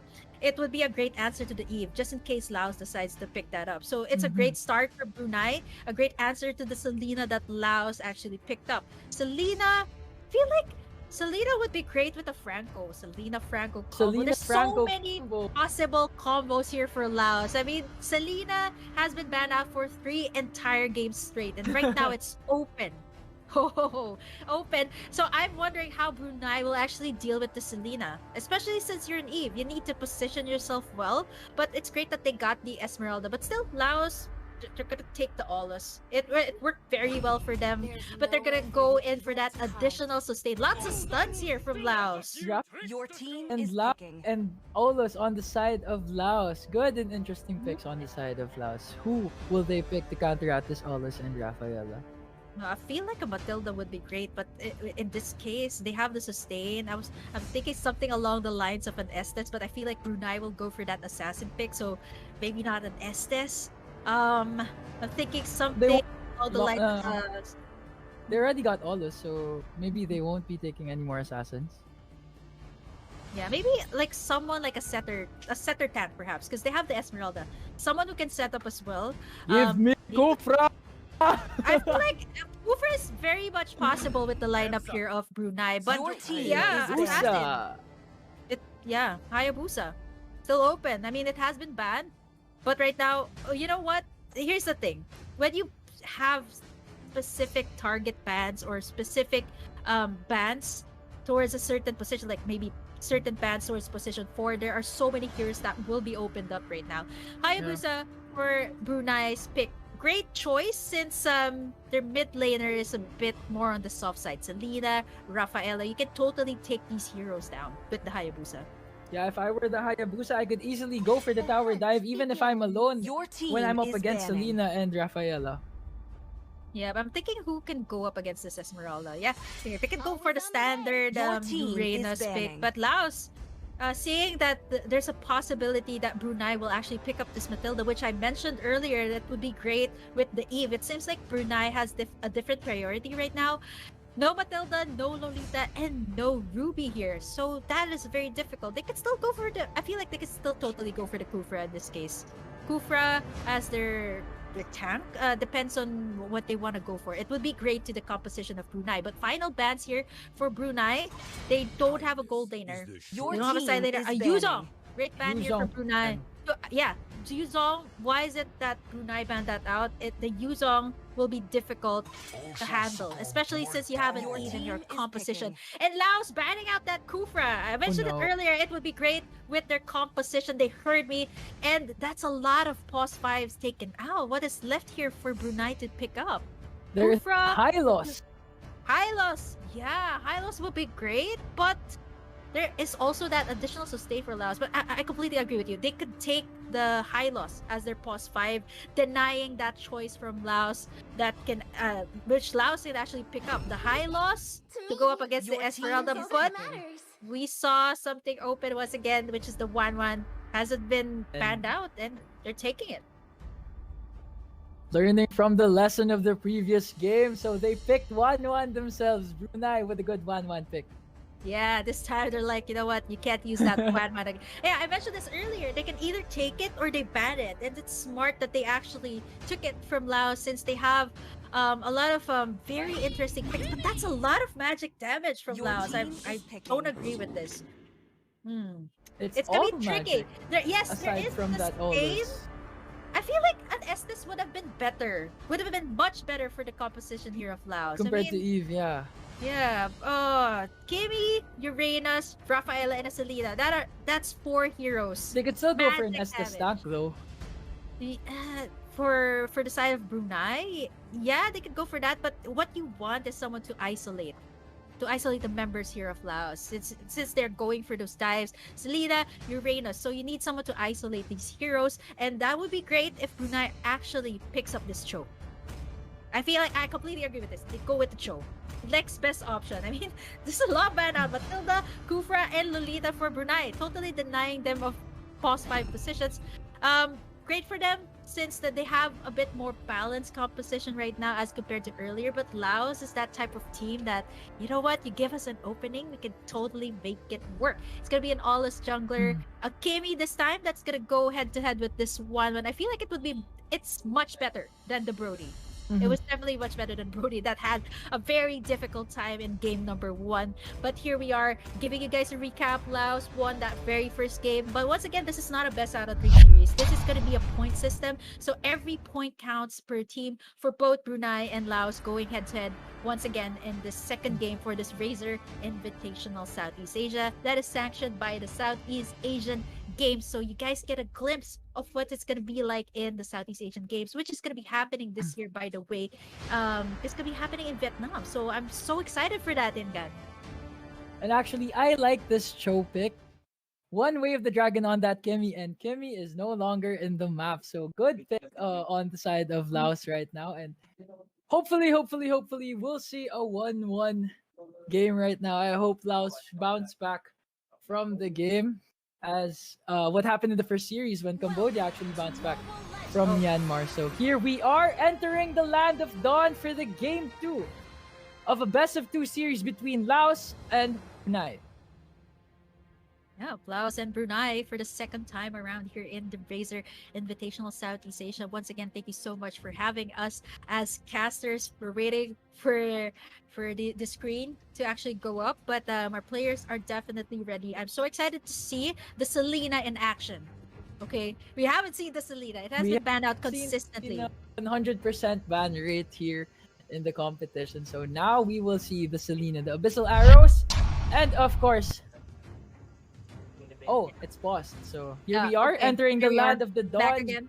Laos on the green side and Brunei in the red side as Laos takes game 1. Now we enter game 2.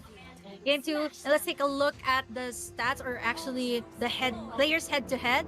EXP lane, there's nothing much I can say. This is classic Uranus Esmeralda Versus going Esmeralda, yeah. head to head. Yeah, I've seen this happen in ranked games. It's so frustrating. Like, you want to tell your teammates, hey, just visit my lane so we can get a pick up. Because honestly, you can go on for like minutes won't and no end. one will get killed. Nothing No will one will get happen. killed. It's just Esmeralda eating up the shields of the Uranus, and at the same time, Uranus is it's totally fine for you to hit me because I need that for my stacks. But we're heading to a quick technical pause for a bit as our players are still getting warmed up, getting their signals in a much better space. Brunei, Laos for the second time around. I mean, you've asked me about my thoughts on the composition, but I want to know your thoughts, though, Ingrid. I want to know your thoughts about this composition. Is it much better this time for Brunei? Brunei, actually, I think it's much better compared to the last game. As you can see, Brunei has this Esmeralda and still going with this Eve, and they're taking actually the one who took them down in the game one, which is 1-1. Yeah. So, and I also like this Cho pick. Kimmy has to keep an eye on this Cho along with Selena. Selena has to keep an eye on this Cho because one way of the dragon can easily burst out Selena, Rafaela, and of course that Kimmy. So I think this will be an interesting match. It will also depend on the gold lane between Kimmy and of course that 1-1. But what are your thoughts on that gold lane competition? Who has the advantage in the early game between 1-1 and Kimmy? Definitely the Kimmy. I mean, Kimmy doesn't need that much energy. Like, it doesn't have mana to begin with, but at the same time, you could just spam its skills. Like, you could spam out Kimmy's skills. You don't need the mana as compared to a 1-1. But the major thing here about the side lanes, about the gold lane, as well as the EXP lane, are the pokes that will happen. Like, you've seen that earlier, Laos was able to poke so much out of the Brody to the point that Brody went back to the base twice. So that's not good. That's not good if you're the gold laner. You want to maximize those gold minions that's actually coming in. But right now, I feel like this is a much better composition for Brunei. A little bit more on the safer side. They have the Hayabusa to assassinate the heroes that will be on the front. Abyssal arrow hits as Hayabusa will go down in the hands of Selena. That amazing Abyssal arrow below the 1 minute mark. And I believe they will also take down this Eve. Double kill for that Selena. Okay, there's a lot of pokes, but this is the reason why Selena is banned out most of the time, okay? If you get a Selena, you wanna leverage that early game advantage, and that's what Laos did just now. I mean, earlier on in the first game, they were more in the late game. Right now, they are using this Selena to its fullest potential. And like what I said, it's such a menace to deal with the Selena earlier on. One Abyssal Arrow, and not to mention the Rafaela stun was just so on point. And not to mention they got the jungler here of Brunei, so that is a huge win for Laos right now. They got the jungler as well as that Eve, and as Hayabusa going right after that Kimmy. Kimmy forced to go home as we see another clash here in the mid lane. Abyssal Arrow on that Eve. Eve was able to dodge the Abyssal Arrow as a 3-man rotation on the side of Brunei at the top lane. Might go after that Rafaela. Rafaela continues to poke the Cho and the Hayabusa.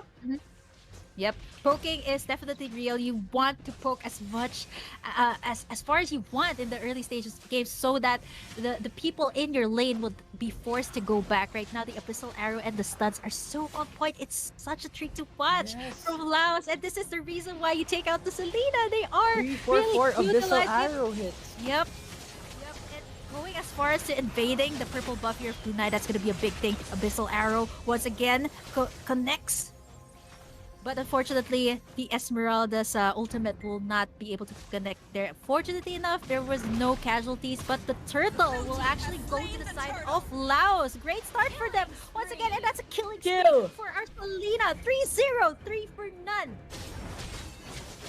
Now Hayabusa going right to that Uranus, bursting out that Uranus, but I do believe Uranus will stay alive as Esmeralda tries to clear the lanes. Actually, Esmeralda had a good chance to steal that turtle, but she used up her Falling Star Moon on that Uranus. Abyssal Arrow hits on that 1-1, able to stay alive. 4 for 5 Abyssal hits on that Selena, making her have a 3-0 start in the 3-minute mark. What an amazing player, what an amazing hero. That's why this Selena is always banned. Oh my goodness, Brunei is not having a great time here. The Hayabusa doesn't have his purple buff, and right now, we have the dragon on that. Almost will go down in the hands of Eve as they try to take down the red buff. 1-1 continuing its attacks on that Rafaela. Rafaela will go down in the hands of 1-1. 1-1 still has his own Falling Star Moon on that Selena. Selena will go back safely. What an amazing counterattack on the side of Brunei. Now this is why they picked up 1-1 as well. They learned from the mistakes in their first game, and now they are using those mistakes back at Laos as this 1-1 continues to farm in the gold lane. What are your thoughts on that amazing clash? You know what? I feel like Brunei is just striking back. It was great that the 1-1 had a fantastic position at that time, getting 2 kills, or actually 2 kills on the board for Brunei. So at least right now they have an answer to the aggression that Laos is showing. 3-0-0 on the Selena, and I'm actually surprised. And it's so frustrating to deal with the Selena. It doesn't even have any item. It's already so painful. Speaking of the laning phase, we are going to be seeing a lot of clashes that will happen actually on the top side. 1-1 already trying to getting ganked here by 3 members of Laos. I feel like Brunei knows this very well. They have to rotate here to the gold lane, as that will be a lot of gold plating for the side of Laos. Yeah, and as you mentioned during the picking phase, I don't like the laning between Esmeralda and Uranus because nothing happens. Yeah, nothing's going on, right? Nothing's going on, Nothing exactly. is going on. As Laos tries to get this turtle, good positioning on the side of Laos. Cho trying to get inside, going right after that Rafaela, way of the dragon on that Cho, but Alus will contain, will get that turtle buff as the Cho goes down. Cho overextending on, trying to get that Rafaela as Hayabusa now tried to get that Rafaela, but will disengage instead as the Selena is there to counter the attack at the back lane. What an amazing counter set on the side of Laos as they were able to withstand that way of the dragon and also get that turtle. They got the turtle, and right now it's still Laos leading this round. Brunei still has no answer to the aggression here. It's because of the sustain. It's because of the abyssal arrow. It's because of the traps. Even though the Cho is isolating here the members of Laos, there is nothing much he can do. They couldn't do thing about the abyssal arrow on that Selena. Actually, Selena has only missed 1 abyssal arrow in the game, and she already has 6 5 kills. 5 kills on the side of Laos as Kimmy tries to clear out the minion wave. 1-1 actually having a hard time against this Kimmy on the top lane as Sho tries to relocate in the top lane, trying to get Kimmy as Aulus focus their attack on the tier 3 tower in the bottom lane. Now trying to force out this tier 3 tower in the mid lane. The tier 3 tower in the mid lane will go down, and they will also steal the blue buff from Brunei. Oh, that is a big factor for Laos, that they're taking this purple buff away from a Hayabusa that needs this so badly. But take a look at the sustain from the Uranus. You combine it with the Rafaela, and by the way, they have their lures tied up, by the way. So it's interesting to watch them in-game. Take a look at the damage as well from the Kimmy. 1-1 in the midst of it all. Real-world manipulation as well. Laos on a rampage. The onslaught from Laos continues as you can see. Even Cho tried to do that wave the dragon, but he couldn't do anything. After kicking, he was already dead.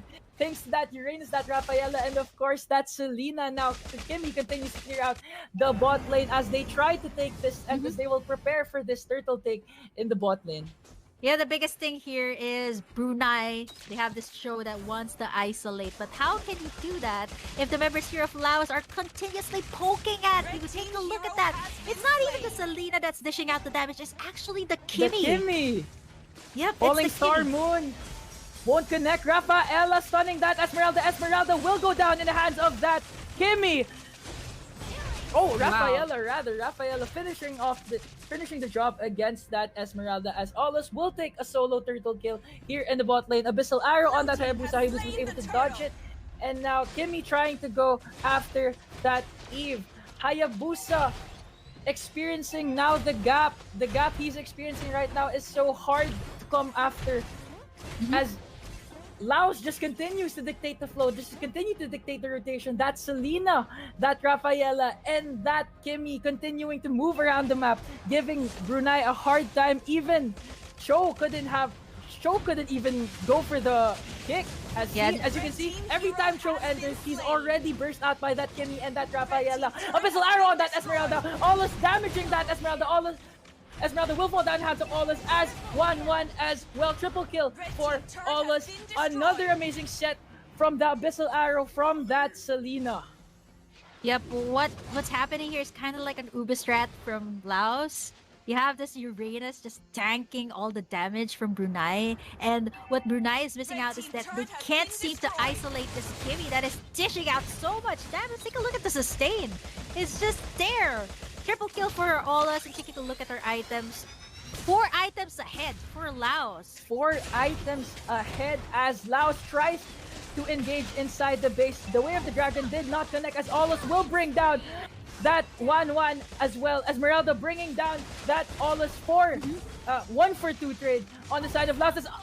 Selena again with Abyssal Trap, Abyssal Arrow, killing that Esmeralda in the process as they bring this inhibitor tower in the mid lane down. What an amazing team composition. Abyssal Arrow again hits on that Eve, but unfortunately, they will no longer push for that Eve as they will focus on the objective instead, as they will bring down the tier 3 tower in the top lane and the tier 3 tower in the bottom lane. Red team You know what's great about the composition here of Laos is that Brunei is just reacting, and I don't even have time to counter out all the damage that's coming out from Laos. It's just that they're reacting to whatever is shown. Hayabusa goes in for the Yogi Shadow kill. 9-minute mark, it's already this crazy. 17-3 is our score. Still nothing from Brunei. A very different Brunei, which we've seen in game number 1. They had the early game advantage, but it seems like this time Laos wants to finish it as early as possible, as now Aulus, your name is actually going for that Lord. Not yet the Luminous Lord, but enough for them to actually take down the inhibitors. And taking a look at our items, yes, Wanwan does have the corrosion side, does have the DHS, but just one proper setup. But the very difficult thing here about the composition of Laos is that you can't seem to penetrate the damage dealers. It's because of the Rafaela, it's because of the Uranus, and not to mention the Kimi that's just free hitting everyone for Brunei. Such a deadly combo. Ice Queen 1, Berserker's View, and not to mention the Holy Crystal that's already so painful for Brunei to deal with. You can see the damage from that Kimi, bursting that Esmeralda right away as Hayabusa pops his ult, canceling it right away as the Lord enters in the base. Eve with that ult, but I believe Cho will go down in the hands of that Kimi. Uranus killing that Cho. Falling Star Moon does connect, but not enough to damage anyone, as one will go down in the hands of Aulus, and the GG push has been done on the side of Laos. Brunei will go down. Oh wait, is it the other way around? Yeah, no, it's Laos actually taking the series with a clean sweep, 2-0. Laos, sorry. Laos taking that 2-0 clean sweep against Brunei. Exiting the series. Yeah, exiting the series, Ingan, actually with a 20-3. 2-0-3. Absolutely dominant. I cannot say anything further, but you know what? It was the Selena. Really. Selena's rotations early game did matter for them, to the point that they can actually invade the jungle here for the side of Brunei, denying Hayabusa the purple buff. And eventually, it was just snowball from there. Like, they were able to get the items that they want. They got all the turtles, by the way. They also got the Lord, not yet the Luminous Lord, but they ended it in a very quick manner. Virtually a very different game from what we've seen from Laos in game number 1. But congratulations, Laos, for actually securing the 2-0 for this series. Ingan, any final thoughts before we pass it on to Aya? Actually, I like how Selena started things off. Approaching the 1 minute mark, he was already able to secure 2-kill lead against that the core of Brunei, and of course against that Eve. So good plays, amazing. I have to commend that Selena, and this is the reason why Selena is banned. Exactly. Banned out for 3 consecutive games, but for the first time we've seen it in this 4th game. Did so well, but we still have one more series after this. It's going to be Philippines up against Brunei, if I'm not mistaken. Well, let's take a look at it, but I'm definitely sure Philippines will be playing next. But right now, Ingan and Burger Kim out. We will be passing it on to Aya, our very lovely host. Take it away.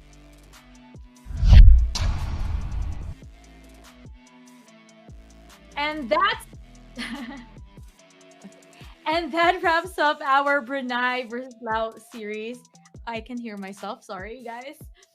Again, congratulations to Laos for winning this round and actually securing 2 consistent wins for this matchup. And of course, again, that wraps up our 2nd series.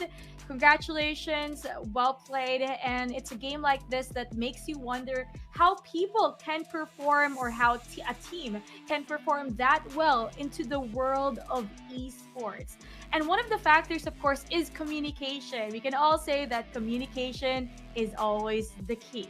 Shot calling, going for the plays, and organizing teamwork can totally make the difference against the newer esports team getting the grasp on how to win games and tournaments. It's just like in any relationship.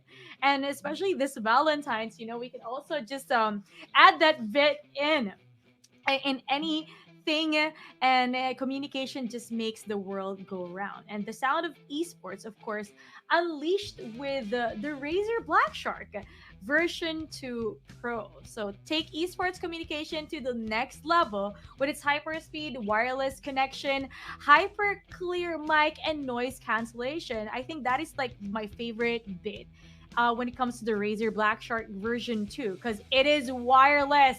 I mean, we appreciate being wire free, like our tables are set up just clean like that. And personally, I would love mine to just be very, very organized. And I think that is one thing, one feature that I'm glad that the Razer Black Shark has put into one of their main features.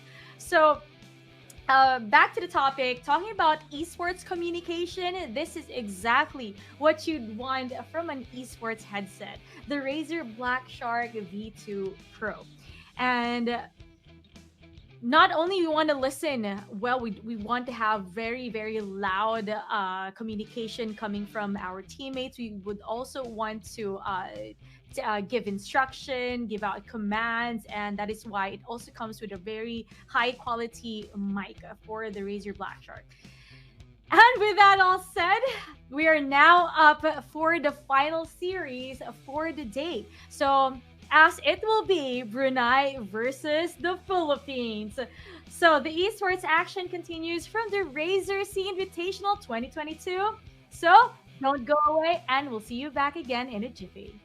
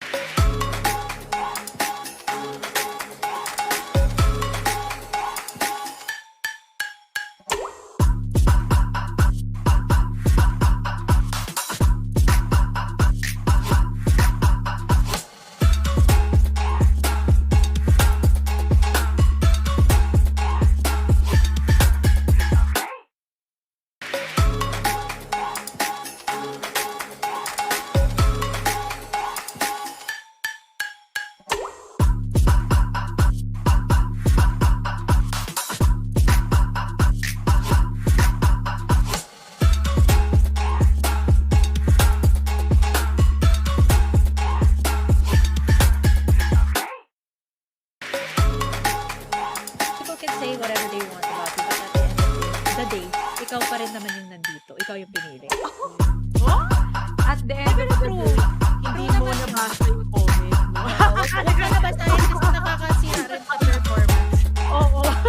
Sila talo, hindi natin binasa.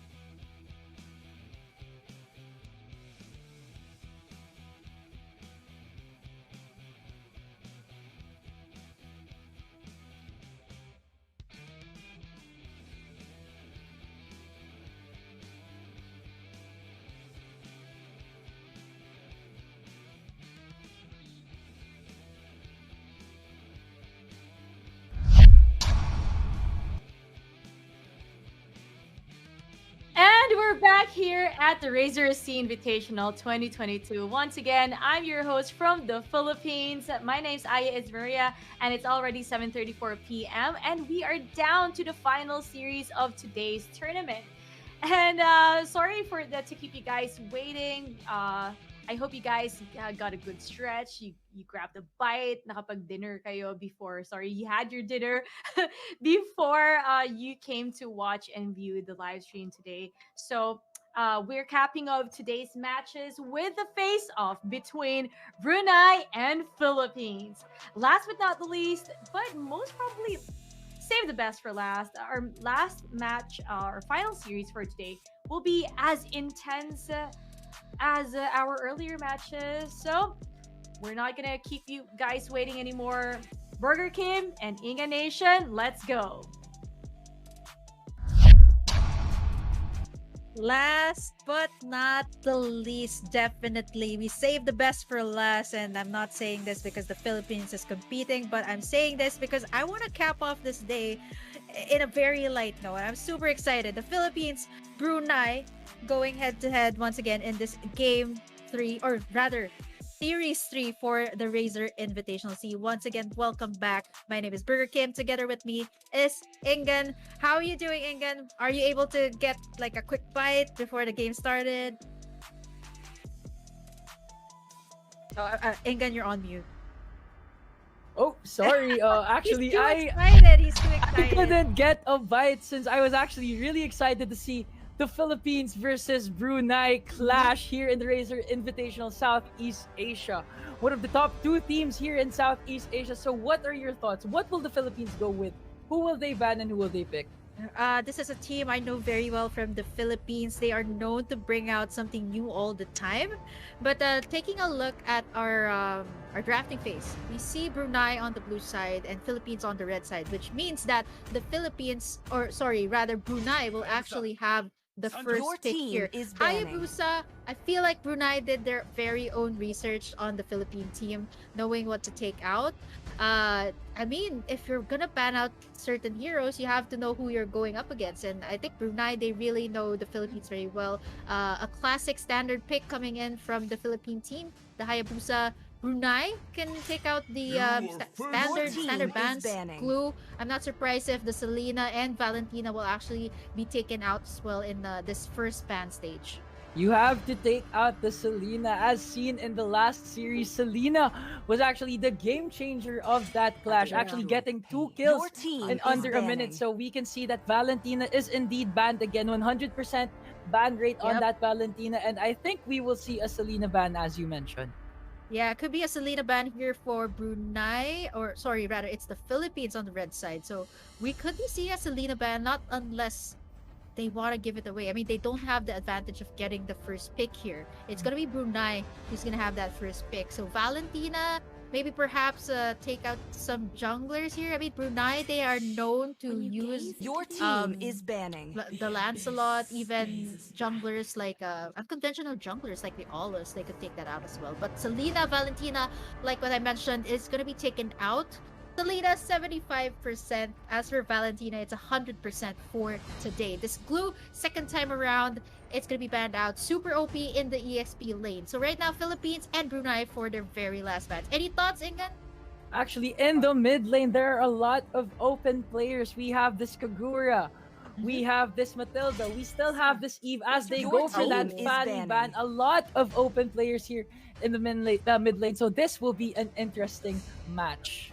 Yeah, I feel like Fanny is consistently being banned here. To some point, I feel like Brunei still did like the Uber strat, and what better to counter that strategy is by taking out the Fanny. Finally, the Eve also taken out of the picture since it's going to be Brunei, which has the first pick here. They can go with the Paquito. That's a very good start for Brunei. Paquito jungler, or maybe even the Matilda. But I think in the recent patch, definitely, or it would be great to actually have a Paquito for the first pick. But they're hovering. They're hovering over Chang'e. that Chang'e. Chang'e would be good actually. Still good in the meta right now since she's actually buffed up right now as compared to the previous patches. But it's going to be the Lancelot. Lancelot! Team Brunei securing that Lancelot pick as their jungler, and Yuzhong will be hovered by the Philippines. Actually, Yuzhong is a very good XP laner, especially since he can, infiltrate the frontliners, go straight to those backline as they pick down this Matilda and Esmeralda on the Your side team of the is picking. Philippines. Yeah, I kept pointing out that the Matilda is open. Definitely also a great choice for Brunei to actually counter out the mobility that the Lancelot has, and to also take in the Esmeralda as well. Super tanky, great EXP laner. I would say Esmeralda is such a flexible pick. You could go for the EXP lane, you could go for the gold lane Esmeralda. Totally fine, but Philippines, team is sorry, picking. Brunei rather, answers it out with a Lolita and a Cecilion, a solid mid laner as well. But for the very first time, if ever Brunei, or the Philippines rather, does secure this Yin, it would be a game changer. I think for the first series, we actually saw this Your this team is Lolita banning. and a Sicilian combination here in the mid lane, but it didn't pan out well in the previous series. We'll see if this match is a game changer for those combinations, the Lolita and the Sicilian, as the Philippines take Paquito as their main jungler. Yeah, Paquito. I feel like Brunei, they wanted to get that Paquito, but they're like, you know what? Lancelot is available. Let's take Your the Lancelot. team is banning. Philippines takes out the 1-1, considering how Brunei went up against Laos earlier. There's a high possibility actually that they will Your team take is banning. that 1-1 once again. They still don't have a gold laner here. Both teams actually don't have a gold laner here, but it seems like Philippines, or rather Brunei, is actually taking Your out team a lot is of banning. POS4 heroes. For the Finally, gold lane, right now we still have Clint, Brody, Beatrix, as well as the Natan. Who will Brunei pick ban for the last ban in this match? they could still take out the Brody, maybe even the Beatrix, or maybe even the Clint. Depends what they don't want to handle right now. I feel like a Beatrix. Honestly, if you ask me personally, I don't like going up against a Beatrix. As compared to Brody, it'll be fine. But I also thought Your of the team Kagura, is actually. picking. It will be a big problem for the Sicilian, especially since Brunei still doesn't have a solid boss 4 yet. Available boss 4 heroes here is perhaps the Farsa, perhaps the Chang'e, but I like this Claude. Your Can team reach is the back picking. lines here, but the biggest problem here for the Philippines is there's a Lolita. So how can you dive with the Lolita's possible sets, right? One Numenon Blast It's gonna deny you from all those dives. Philippines, or rather, sorry, it's Brunei on the blue side. They still need those solid, those tanky side laners. Hylos is out of the picture. Maybe a Uranus this time. Uranus, but not so sure how it'll work on that composition. But seems like Brunei wants to go for that high burst damage. If they do go with the Philippines will have to rely on that Matilda as well as that Esmeralda to penetrate the backline of this Brunei squad, along with Lolita, Uranus, possible Uranus pick here on the side of Brunei as they pick Bruno for their gold lane. Yeah, Bruno and the Uranus, like what I mentioned previously, it would be a standard pick up against the Esmeralda, since the Hylos is the most viable one to go up against the Esmeralda. Finally, the Philippines. What will they go for their mid laner? I'm so curious. There's a lot taken out here. Farsa, maybe? They're hovering over a lot of options. Gord, Veil is actually quite popular in ranked games, but it's this is interesting. The Veil. I haven't seen this in the professional scene, but you know, if it works, it works. It's a for me, it's a one-trick pony. It's not like the type of mage that has a lot of range, but when it does hit, it's absolutely painful. And we will see again in the XP lane an Esmeralda going up against a Uranus. An equal matchup that results to nothing but just to clear out the wave lane. Yeah, you know what? Taking a look at the composition, Brunei and the Philippines. Not so sure. There's a lot of dive heroes here from the Philippines that can actually reach the Sicilian as well as the Bruno here from the side of Brunei.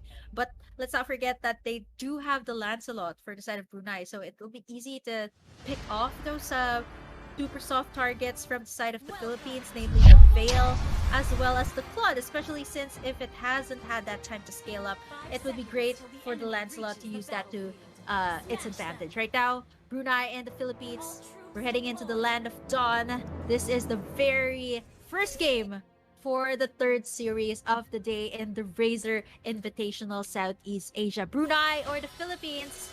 Who's gonna come on top for this very first game? Do let us know who you're voting for. Is it the Philippines?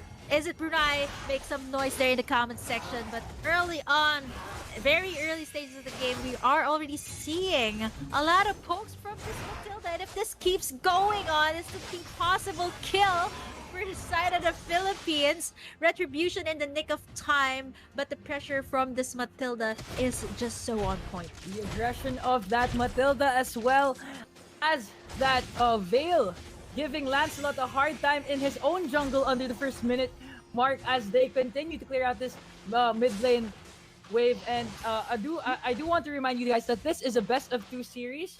It is a point system, so the series will end after 2 games. Yep.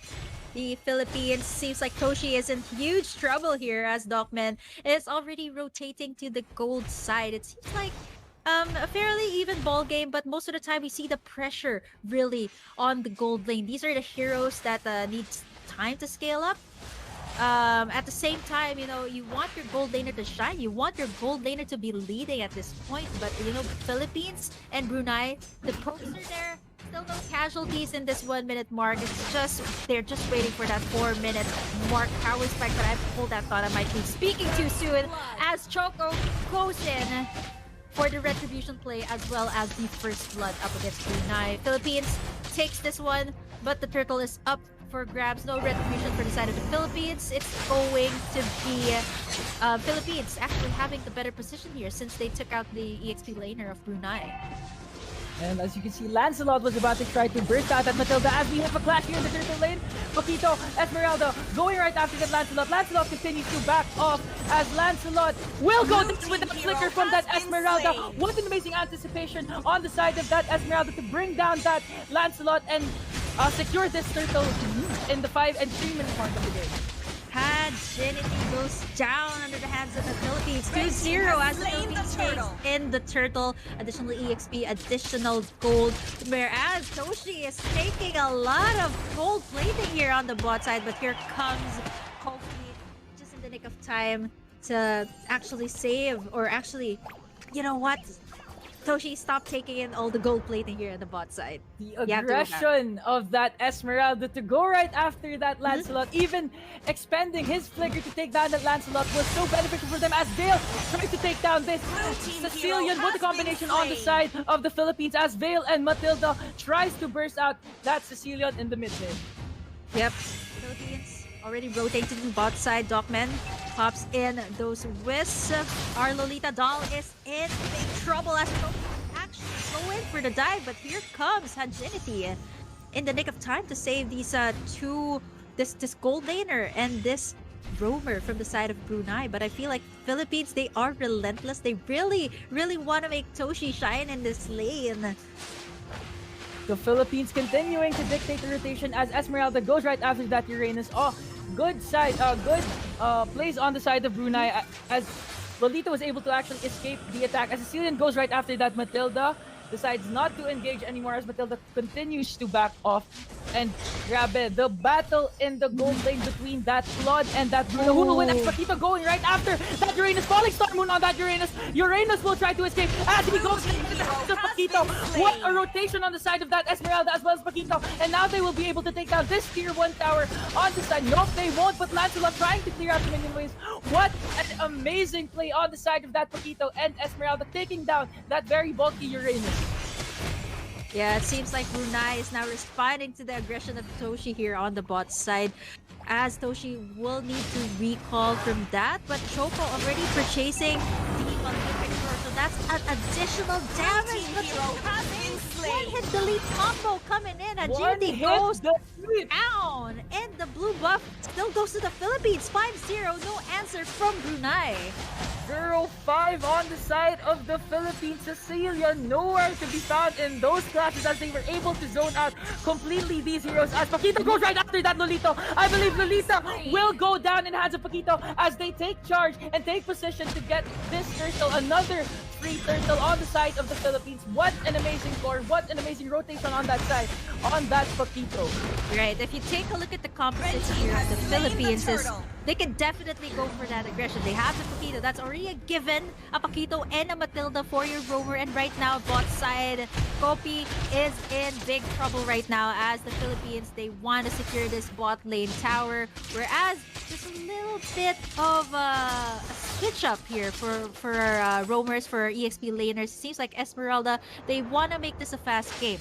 For the Philippines, they're taking a lot of towers. It's such a fast-paced game in the 5-minute mark. The Philippines already leading by 3k, and I feel like it's going to be a snowball effect here. Not unless, you know, Brunei has that one miracle set from Dahl. Actually, I like to just add on what you said about the aggression of the Philippines. As even the Veil continues to charge, continues to even create initiations by himself. That's how aggressive the Philippines is.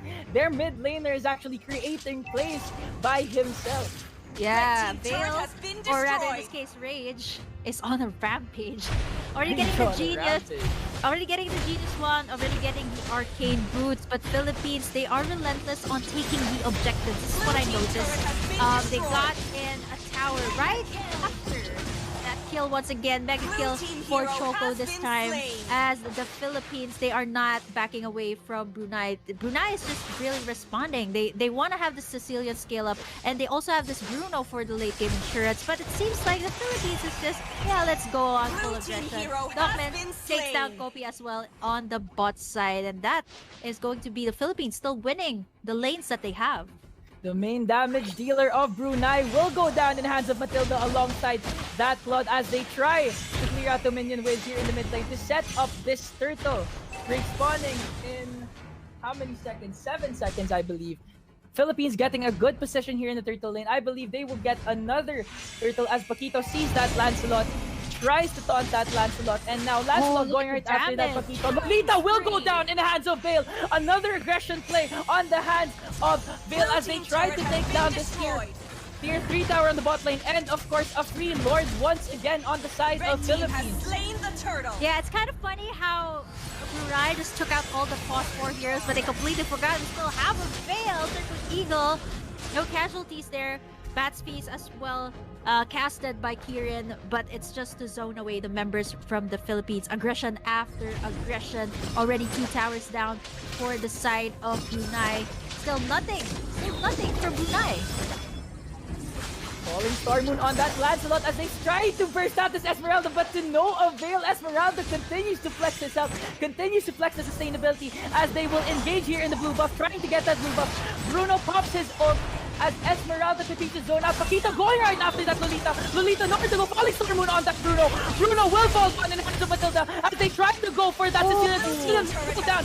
Was a circling eagle play on Matilda, and they're not done. Bill goes right after that as they take down the tier 1 tower in the mid lane. Plays after plays after plays on the side of the Philippines, continuing that. I like how it started off with that Veil, then that certainly Eagle on the side of that Matilda. They couldn't move, they couldn't do anything as they take down the Lancelot here in the mid lane.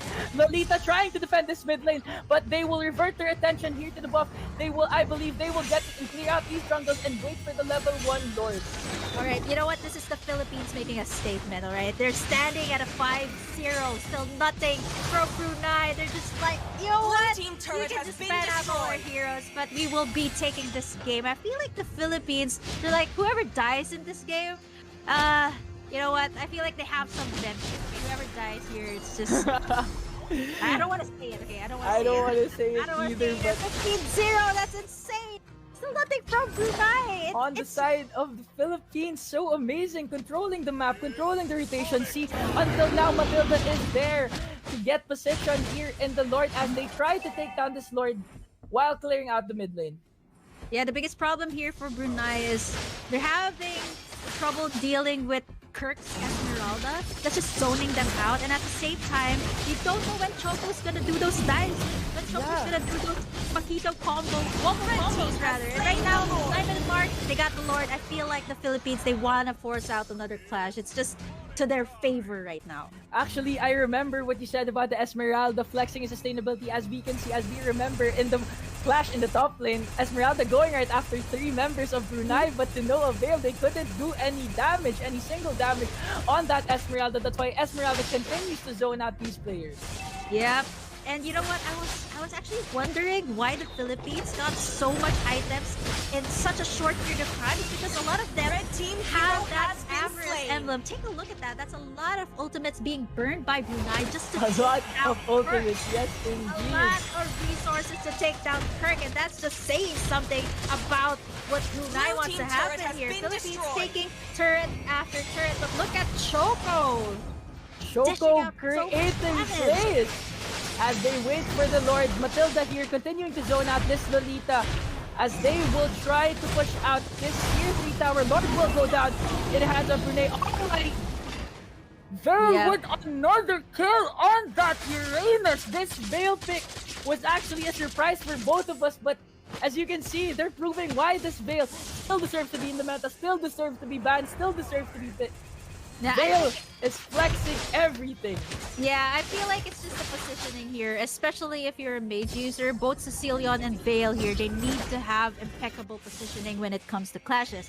And that's the thing. Brunei, they're just responding to the Philippines. And Philippines, they're just going for those sides. Definitely, they can do that. They have the Esmeralda, they have the Paquito, they also have the Matilda just to take them away from clashes that they don't want to be in. And right now, if you take a look at the items, Toshi on this Claude already has a Demon Hunter sword and a golden staff, and not to mention that you know what, he can just pop in that ultimate at any given time and can just burst down the members of Brunei. So it's not just Veil here, it's not just Rage here that's dishing out a lot of damage. It's also going to be Toshi. Toshi's just farming there. Take a look at it.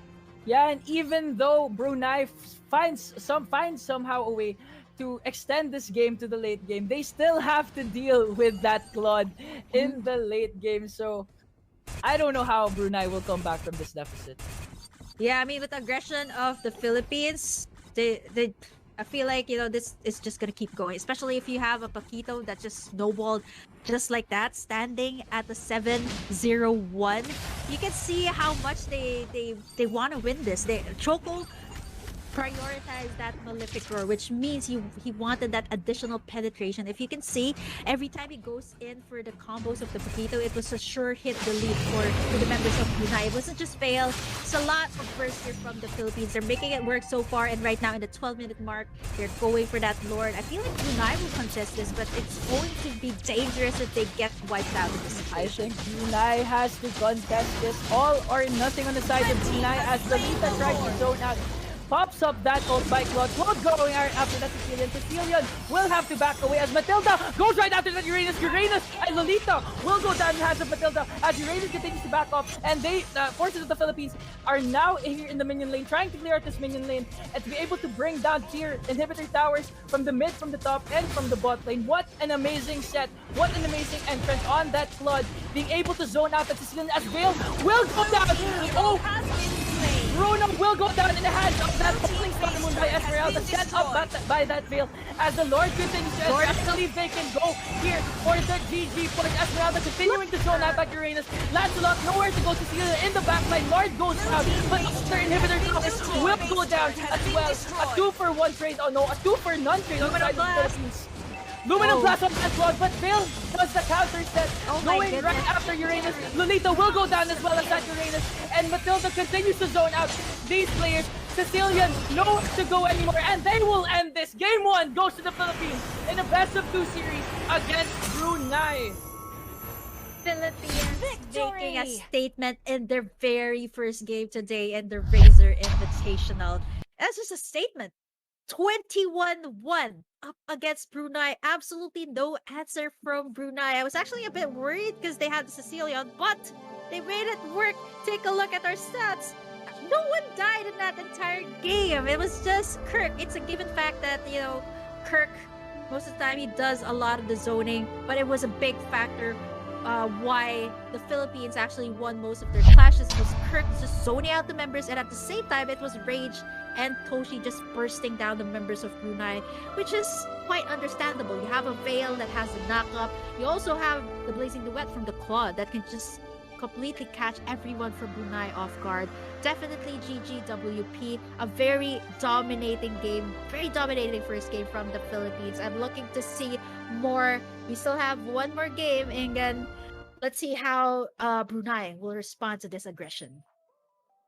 And now, as we wait for the game 2, we will now be sending this cast to one of our lovely hosts, the one and only Miss Aya as Maria.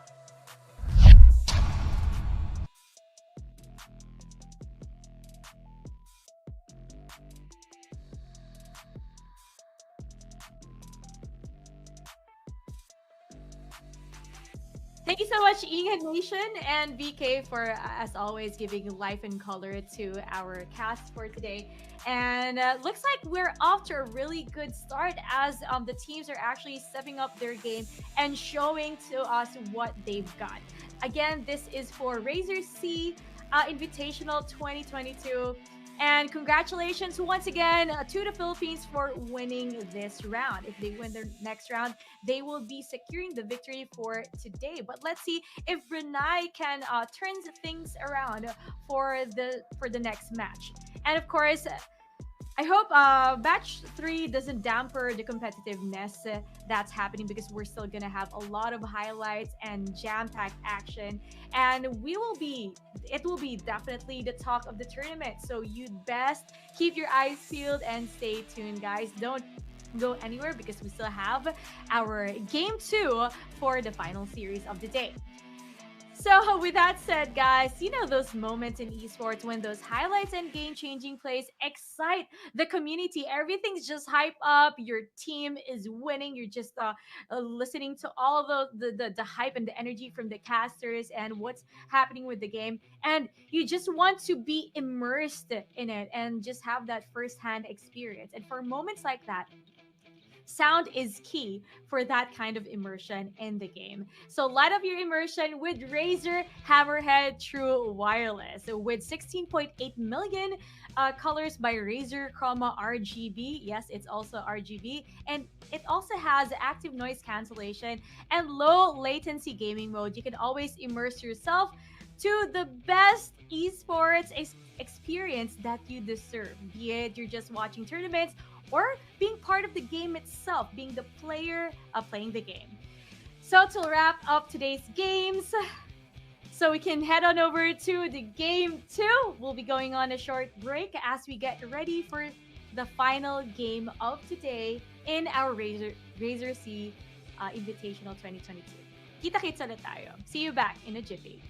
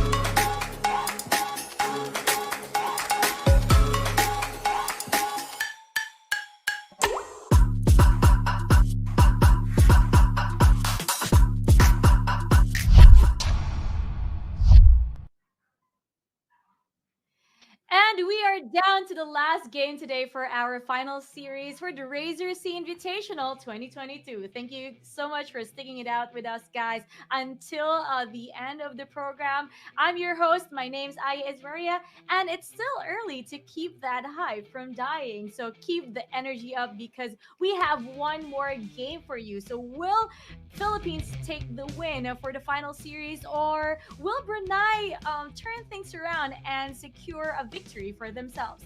So, without any further ado, let's get into the game now. Our casters, Burger Kim and Inga Nation, are definitely ready to unveil more of the final game. So, let's go!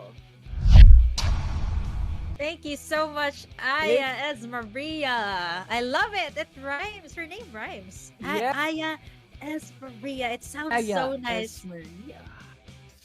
Something to think about, but also BK, what an amazing performance on the side of Philippines. We actually had a hard time casting that game because everything was going all around places, plays after plays, comeback after not comeback, but aggression after aggression. That game was intense, 21-1 in the kill scoreboard, and an amazing performance on the side of the Philippines. I can actually feel the PH heat brought by the players of the Philippines despite having aircon. What an amazing play on the side of the Philippines. You know what's funny? I feel like the players from the Philippines, they still have dates to go to right after this match. That's why they're like, let's end this. It's kind of like that feeling when you're playing and then, oh my goodness, wait, I still have to do something. I have to go somewhere. It's the same feeling. I feel like that's the same case for the players of the Philippines. That very first game was just absolutely... I have no words for it. It's just aggression after aggression, tower dives after tower dives, and there was just one casualty, which was actually Kirk in that game, which is quite understandable. Esmeralda just sorting out the members here from Brunei. But Philippines shaking things up this time with the Eve ban. I feel like we're still not going to be seeing the Valentina and Selena at this point. Mark my words, we're not gonna see them. We won't see them as well, and I think I won't also see my date unless this game goes. Okay. I feel like you kind of told the players, okay, maybe you can speed it up a little bit. If you can finish it ASAP, then you can go on dates. We can all go on dates. But you know what? Speaking of dates, I'm actually happy to be spending Valentine's Day here with Razer. So I'm so thankful, or I'm actually so grateful. Thank you so much for having me here. I'm very happy to be casting for you guys, and at the same time, you know what? I hope my passion can actually be seen here while we're casting the games. But once again, the Selena still not being open for the entire day today. We've only seen a Selena once, 100% win rate, and almost 100% ban rate. So I would say the Selena's doing pretty well in our Razer C Invitational. And also, the only time when Selena got picked, almost 100% of visual arrow rate. That was an amazing performance on the side of that Selena in the previous matches. And now Esmeralda has indeed been banned by the Philippines. So I think this Esmeralda pick is they'll be opening something up. That's why they banned this Esmeralda. Maybe go for that Uranus pick or something. What do you think? I feel like this Esmeralda ban, it's more of denying Brunei the possibility of having the Esmeralda, especially since it has returned to the meta recently. It's more for the zoning, more for the split pushes. Esmeralda has been a hero that has been in the S tier for the longest time. So I feel like the Philippines, they're just whipping something up. Perhaps forcing Brunei to bring out something different, like maybe bring out the Uranus. It's because the Philippines knows that they can deal with this Uranus. But Brunei also banning their own hero out, the Sicilian. I feel like these two teams, Philippines and Brunei, they have something up their sleeves. They just want to ban their own comfort picks, their own heroes as well. It's just so that other picks can actually be brought out here in this very second game.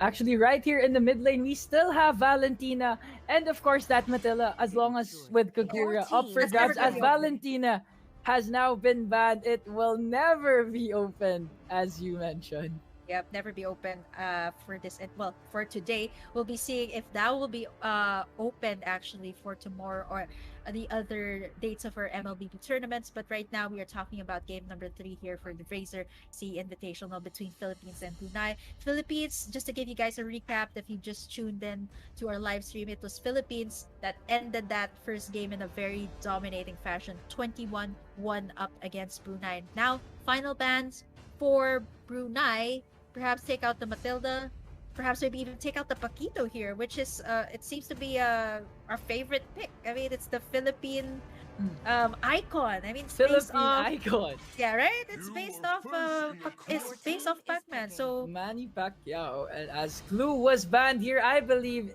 if you are right, Philippines will get that. No, they got the Matilda instead, opening up Paquito for Yeah. the side of Brunei.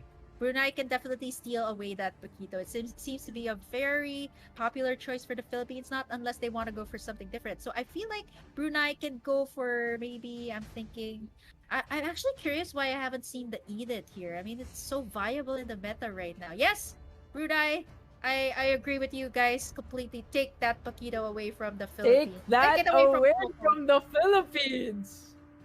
Yeah, they're just hovering over this Paquito, but 2 S-tier heroes as well for Brunei here. The Beatrix and the Paquito, if ever they do decide to lock this in for themselves. But I feel like this is going to be it for Brunei. Not unless they're just shake things up with maybe a Farsa, but that's not very likely. I feel like this is going to be the final pick for Brunei. The Paquito and the Lilia this time. So it's not going to be the Beatrix.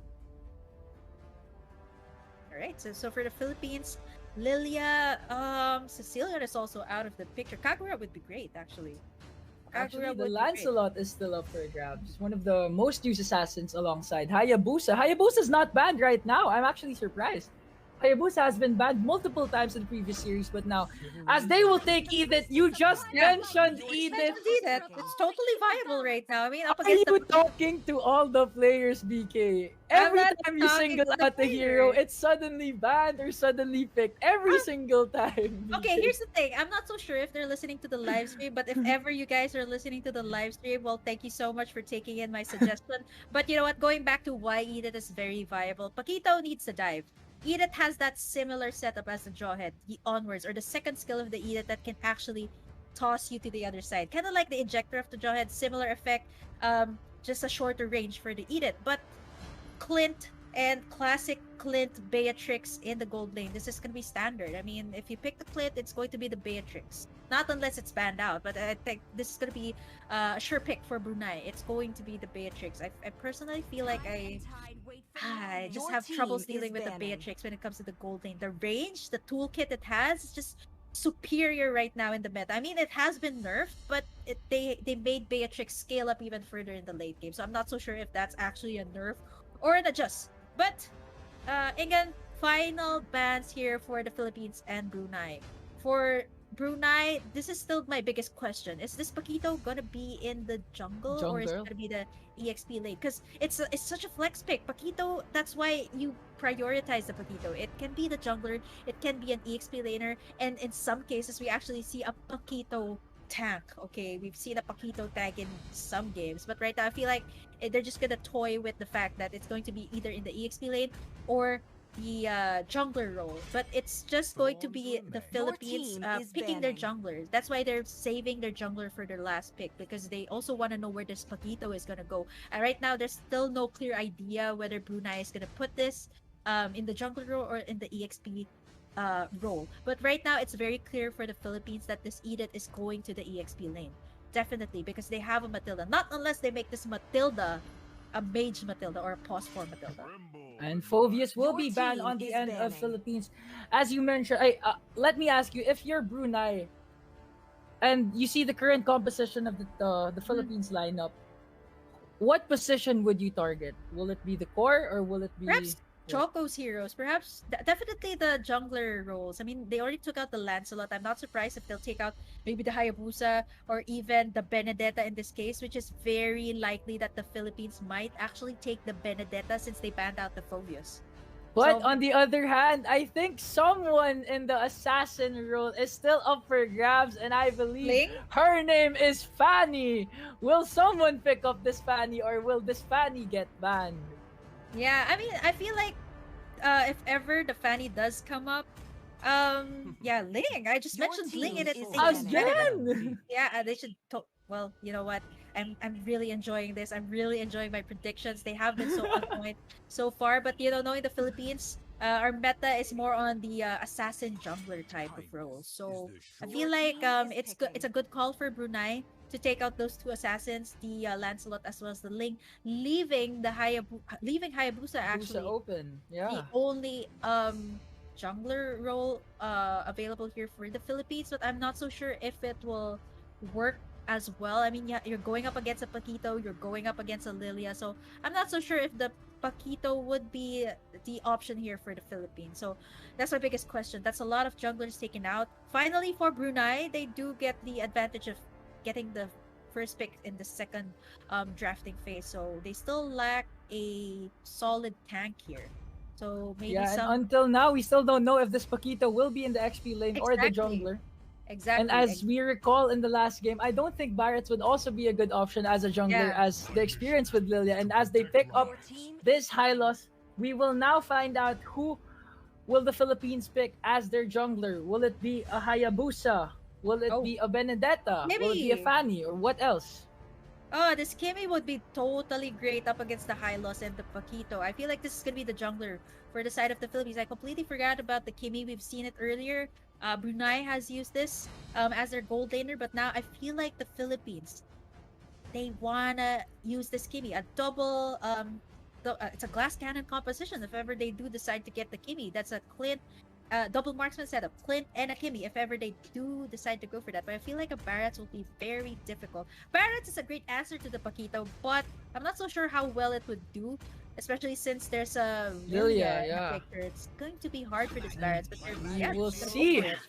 Another aggressive mid laner on the side of the Philippines as they pick up the Veil once again, which worked for them perfectly in the previous game as they also pick up this Barretts. And as we experienced in the last few series, Barretts actually had a Oh. hard time against Lilia.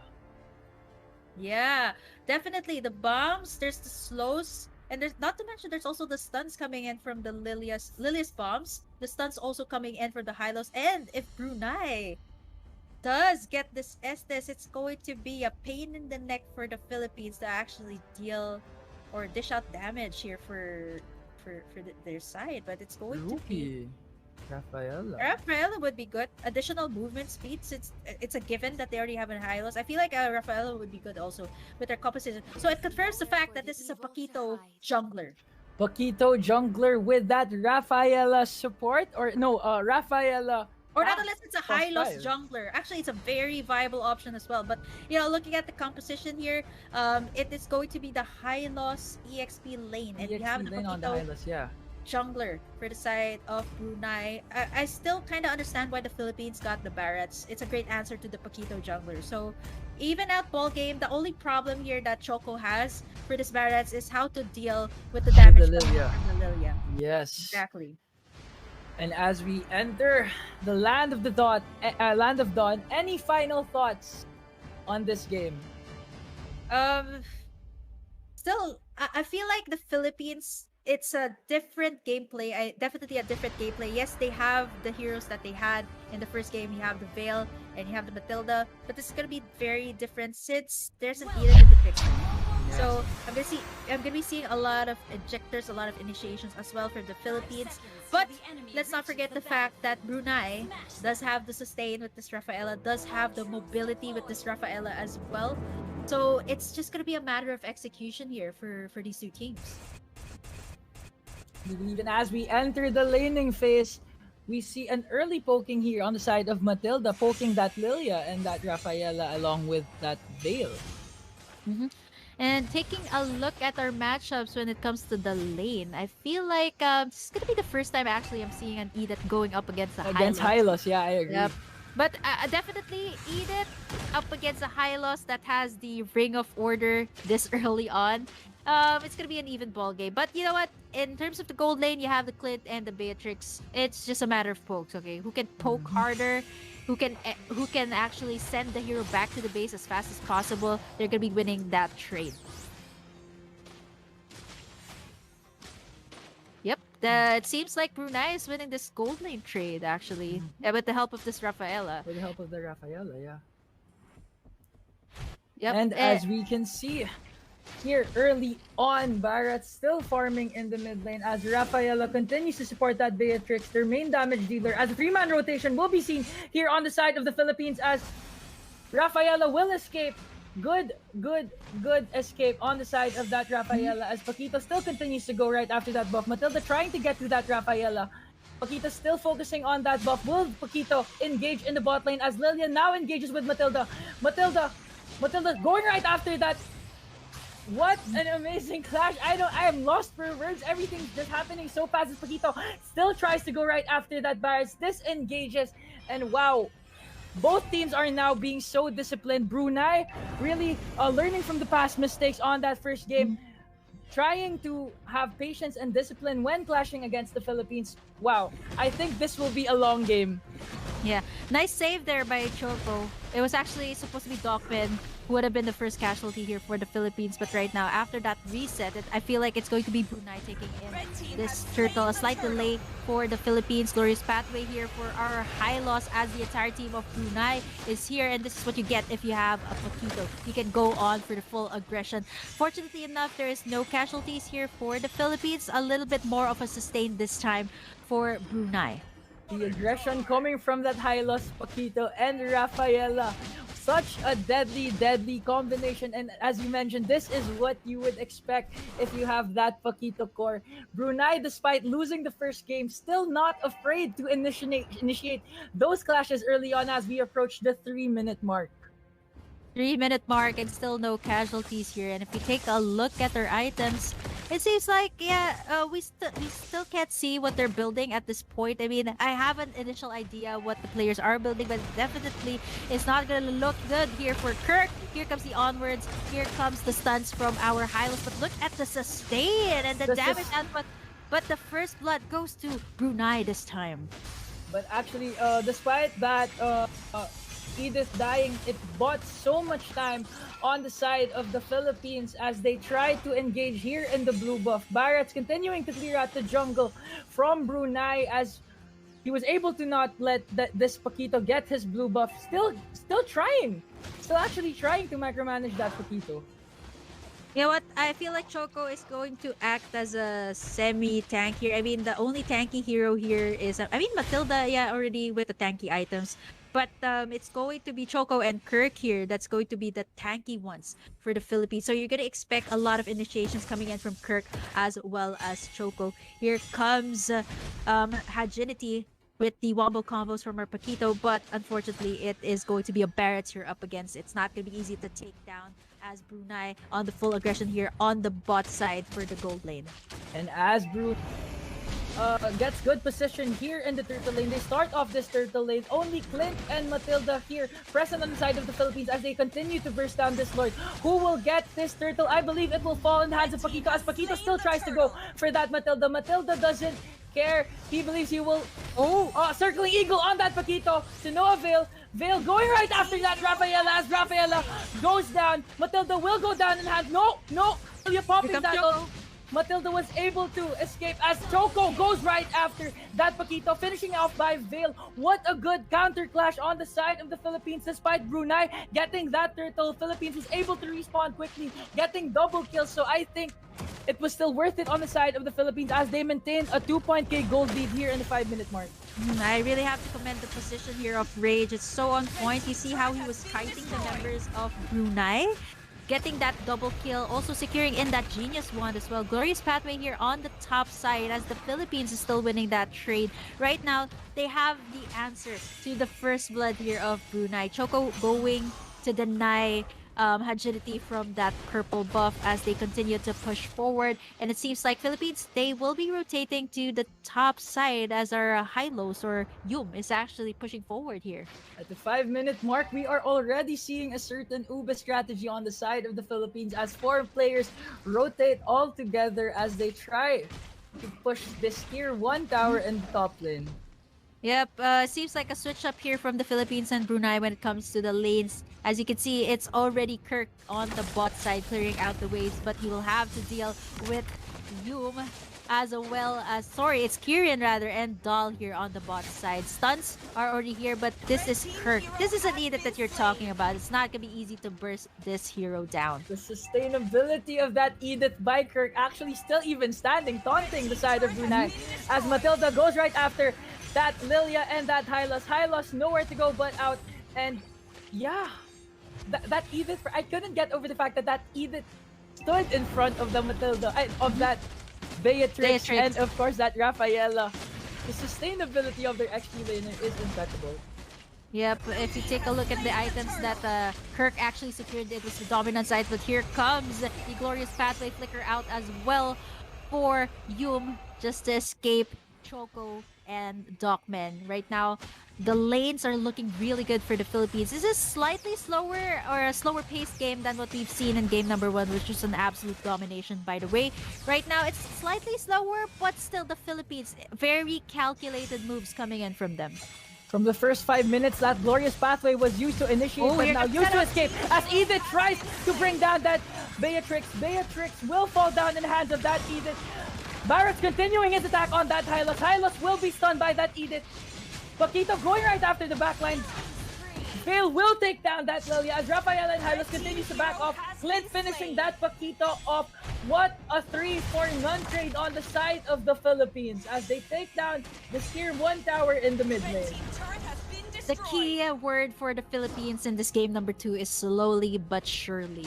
And once again, you know what? The positioning here of Rage is just so on point.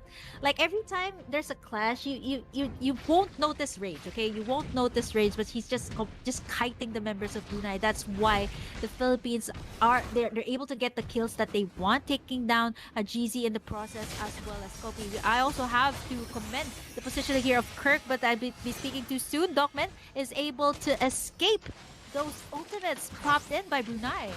Daytona's welcome.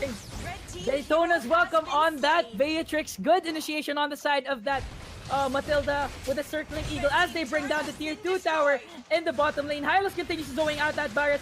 Glorious pathway will be popped up, but Hylos will focus his damage on that Matilda. Matilda goes down, but Edith goes right after that Paquito. Will the damage be enough to take down that Paquito? Paquito will go down in the hands of Edith thanks to that damage by that Flit as Hylos will fall down as well in the side of Philippines. As you mentioned, we don't see that Veil in the map, but the good positioning of that Veil. Actually, I just get surprised that Veil pops out of nowhere and does amazing damage on the side of the Philippines. What an amazing position by that Veil. Yeah, we haven't seen that one-hit delete Veil combo just yet in this game, but the way he's kiting the members of Brunei, it's just so fun to watch. He already got the Holy Crystal as well. Take a look at the damage, already chunking in Hajizi to half HP. Holy Crystal, genius one. That is enough to dish out the magic damage output that the Philippines want. And right now, it's an 8k gold lead for the Philippines. And from here on, I feel like this Edith is working so well. And if you guys are new to Mobile Legends, if you guys are new to this hero, this is a tank / marksman. Okay, gone are the days where you see Layla. Gone are the days where you see like other marksman heroes being used as tank. This is the legit tank marksman. Not the first one in the game, but definitely the newest one and the most viable one in the current meta. As they take down the tier 2 tower in the bot side top lane. Edith going right after that Lilia. Lilia will pop off that ult. And now Philippines will take down the tier 2 tower in the top lane, focusing their attack on that Paquito. Certainly Eagle on that Paquito. Paquito will be stunned but will escape thanks to that Rafaela. Hylos is stunned in the mid lane. What an amazing escape on the side of that Paquito thanks to that Rafaela as Vale tries to pop his kill on the attack. And I don't even know what's happening anymore. Philippines are so mobile. They're all over the place. Yep, they still have this Lord as well. And right now, this is another possible pathway here. But look at the damage coming in from Rage. It's so beautiful to watch. You asked for that. Yeah, I asked for that. They take down the inverter tower on the bot side as well as the mid side. Philippines, once again, not as fast of a game like what we saw earlier. It was just tower dives after tower dives, but this time Philippines a little bit more calculated but still very on point. You had one hit the rate heard you and gave you a performance with that amazing set, catching 3 players in off guard right now as Matilda tries to go for that Paquito. Barrett's reinforcing that circling eagle by that Matilda. Paquito will go down in the hands of that Barrett as what is happening? Veil going right after that Beatrix as well as that Lilia. Barrett continuing his attack on that Rafaela. Rafaela will go down, and now the Philippines will go down. Will go for that GG push as Hylos will go down. Rafaela, the only remaining player for the side of Brunei, as the Philippines complete that GG push, securing a 2-0 sweep in this Razer Invitational Southeast Asia tournament. My oh my, the Philippines with the statement game for this very first day. And let's take a look at the post-game results, of course, brought to you by the Razer Invitational Southeast Asia. And if you take a look at the stats, it was just Toshi. It was not just Rage. It was also Toshi actually kiting the members here of Brunei. Just, poking at the members of Brunei to the point that, you know what? They're thinking, okay, maybe we should deal with Kirk first as the Edit, or maybe we should deal with Choco first since he's the jungler. But how can you deal with Choco and Kirk if there is Rage and Toshi in the backlines just poking at you? And at the same time, you can't really go near them. It's just Dogman in the front lines providing shields for the entire team, and not to mention how tanky Choco and Kirk is at this point. And if you decide to take down Kirk at that point, it's gonna be pointless. He's just gonna set you up for another trap of the Philippines. And even with that speed boost coming from that Rafaela, the circling eagle for that Matilda continues to hunt for escaping heroes. As we saw in the last clash, Paquito was actually about to be saved, but Matilda with that circling eagle finishing off the jungler for the side of Brunei. That was an amazing game. Back to you, DK. You know what, Ingan? I feel like you're at a loss for words. Same for me. It was just the Philippines. They know their winning condition, okay? It was just Rage and Toshi. They just needed to have that proper positioning to be able to kite the members of Brunei. And as for Brunei, they just had a very difficult time. Yes, they had to sustain, but they didn't know who to deal with first. Was it Choco? Was it Toshi? I mean, that's the biggest question. Who do you deal with first? Kirk, Toshi? Pick your poison. I mean, there's a lot of stuff going on. That's why you see every time that the Philippines and Brunei, they go on for a clash, it's just super messy. But the Philippines, they know their winning condition is to take down Hajinity, or maybe even the gold laner here of Brunei. That was just the case. Selected target attacks for the Philippines. That's why they were able to win in all the clashes. But that's about it for today in Gun. I had a blast here celebrating Valentine's Day with Razer. Once again, we'll be right back tomorrow for more action. But right now, I feel like our lovely host still has a lot more to say, or a lot more reminders to give you guys for the Razer Southeast Invitational. Back to you, Aya. Yeah, thank you so much for that, Ingen and VK, for that very vibrant casting right there. I feel like there's so much energy and there's so much that went on with the last match, and everybody was just hyped up and just kept cheering for their teams and never losing that hope. And apparently, Philippines is triumphant for our final series. But of course, this is not the end of the Razer C Invitational 2022. We still have a lot more in store for you for the following days. We'll be back here same time, same place. So can we check out the day one recap from our casters?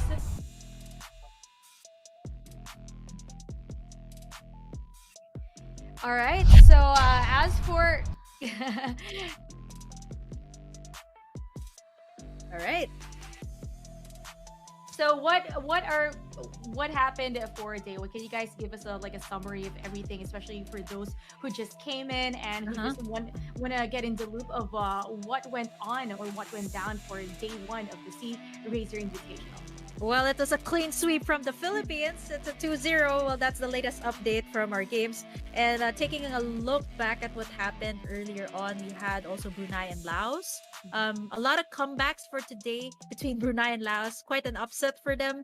And for the very first game, maybe you can enlighten me here, Ingan. It's such a it's such a very jam-packed day. So maybe you can give me a glimpse of what happened in the very first series. It's indeed a long game, a long day, but I believe, what was the first series again, if I remember it correctly? Was it between Myanmar and Cambodia, right? Myanmar and Myanmar Cambodia. and Cambodia. That series was actually the only close series in today's event, as both teams bounced back from losses. Both teams utilized their momentum, securing both wins and giving them 1 point each in the scoreboard of this tournament. Yeah, but we've seen epic comebacks. We've seen dominating gameplays for today. I feel like tomorrow we'll be seeing something different. I mean, the first day you want to be explosive. I feel like a lot of the players from all of the regions, they want to be explosive, and they did that very well today. We've seen Brunei, we've seen Myanmar, we've seen Laos, we've seen the Philippines, and tomorrow you'll be seeing more of the other regions as well from Southeast Asia. And that is right. Thank you so much for filling us in. And once again, thank you to everybody who supported the live stream. We'll be back here same time, same place, right? Yep, same time, same place tomorrow, if I'm not mistaken. Wait, before I move on, how are your voices so far, guys? How are your voices? I don't know. I mean, I'm doing the analysis part, so I feel like you gotta ask Ingen about that. You How have you to doing? ask BK as well, because BK actually casted yesterday for another tournament, and she actually casted also earlier this day before the Razer Invitational. So between me and BK's been using her voice up a lot for the past few days. Get back to me, but you know what? Just to give you guys an idea, yes, I casted yesterday the entire day. I also casted this morning for 2 hours, and I went straight here to the Razer Invitational. And how's my voice? I've been talking for hours the entire day. So if you want to date me, obviously, you won't be at a loss for words, okay? If you want to date me, you won't be at a loss for words. So there you go. You'll be the one who wouldn't words anymore. Yeah, but you know what? I feel like it just really comes with the passion. I love the game so much. I love casting the game. I feel like if you love what you're doing, you won't feel like you're working. That's I'd true. agree. And actually, as a first-time shoutcaster, I was actually, I felt alive for the past few days. I was so down, but after shoutcasting with the one and only Burger Kim, and of course being hosted by Miss Aya as Maria, I feel so alive. Razer brought life back into me. This was an amazing tournament. Amazing series. Fight, clash after clash. What an amazing turn of events for day one of the Razer Invitational Southeast Asia. And it's such an honor to be part of this Razer C Invitational, of course. Thank you so much. Razer by Gamers and for Gamers, sanctioned by the Sea Games Federation. Also, thanks to you guys for making this event happen. And so, that concludes our day one. That's just day one. We still have like day exactly. 12, 13. Looking forward. Definitely looking forward. Yes, so be back, guys. I hope you guys had a blast. And of course, what I told you, there's still more where that came from. There will be more exciting games within the week, so stay tuned for the upcoming games tomorrow, 3 p.m. here in Team Razer Facebook page. So don't forget to like and follow so that you will be notified. And once again, special thanks to Razer and of course Tier 1 Entertainment for making this tournament possible. That is it for now. Once again, my name's Aya is Maria, and also coming from the Philippines, my friendly casters with me, Ingen and Burger Kim, just putting it off the charts today. That was amazing. See you tomorrow, guys. Take a rest. Rest your voice. Drink some Lolo de Medios or something. Or warm water. Yeah, more water will do the trick, actually. I'm looking forward to tomorrow, but I feel like Ingen, me, as well as you, Aya, we need our rest for today. And after all, I just want to say happy Valentine's Day to everyone here in the live stream. Enjoy the rest of the evening. Happy Valentine's! Aya, Ingen, Burger Kim, Valentine's. signing out. Bye! Bye!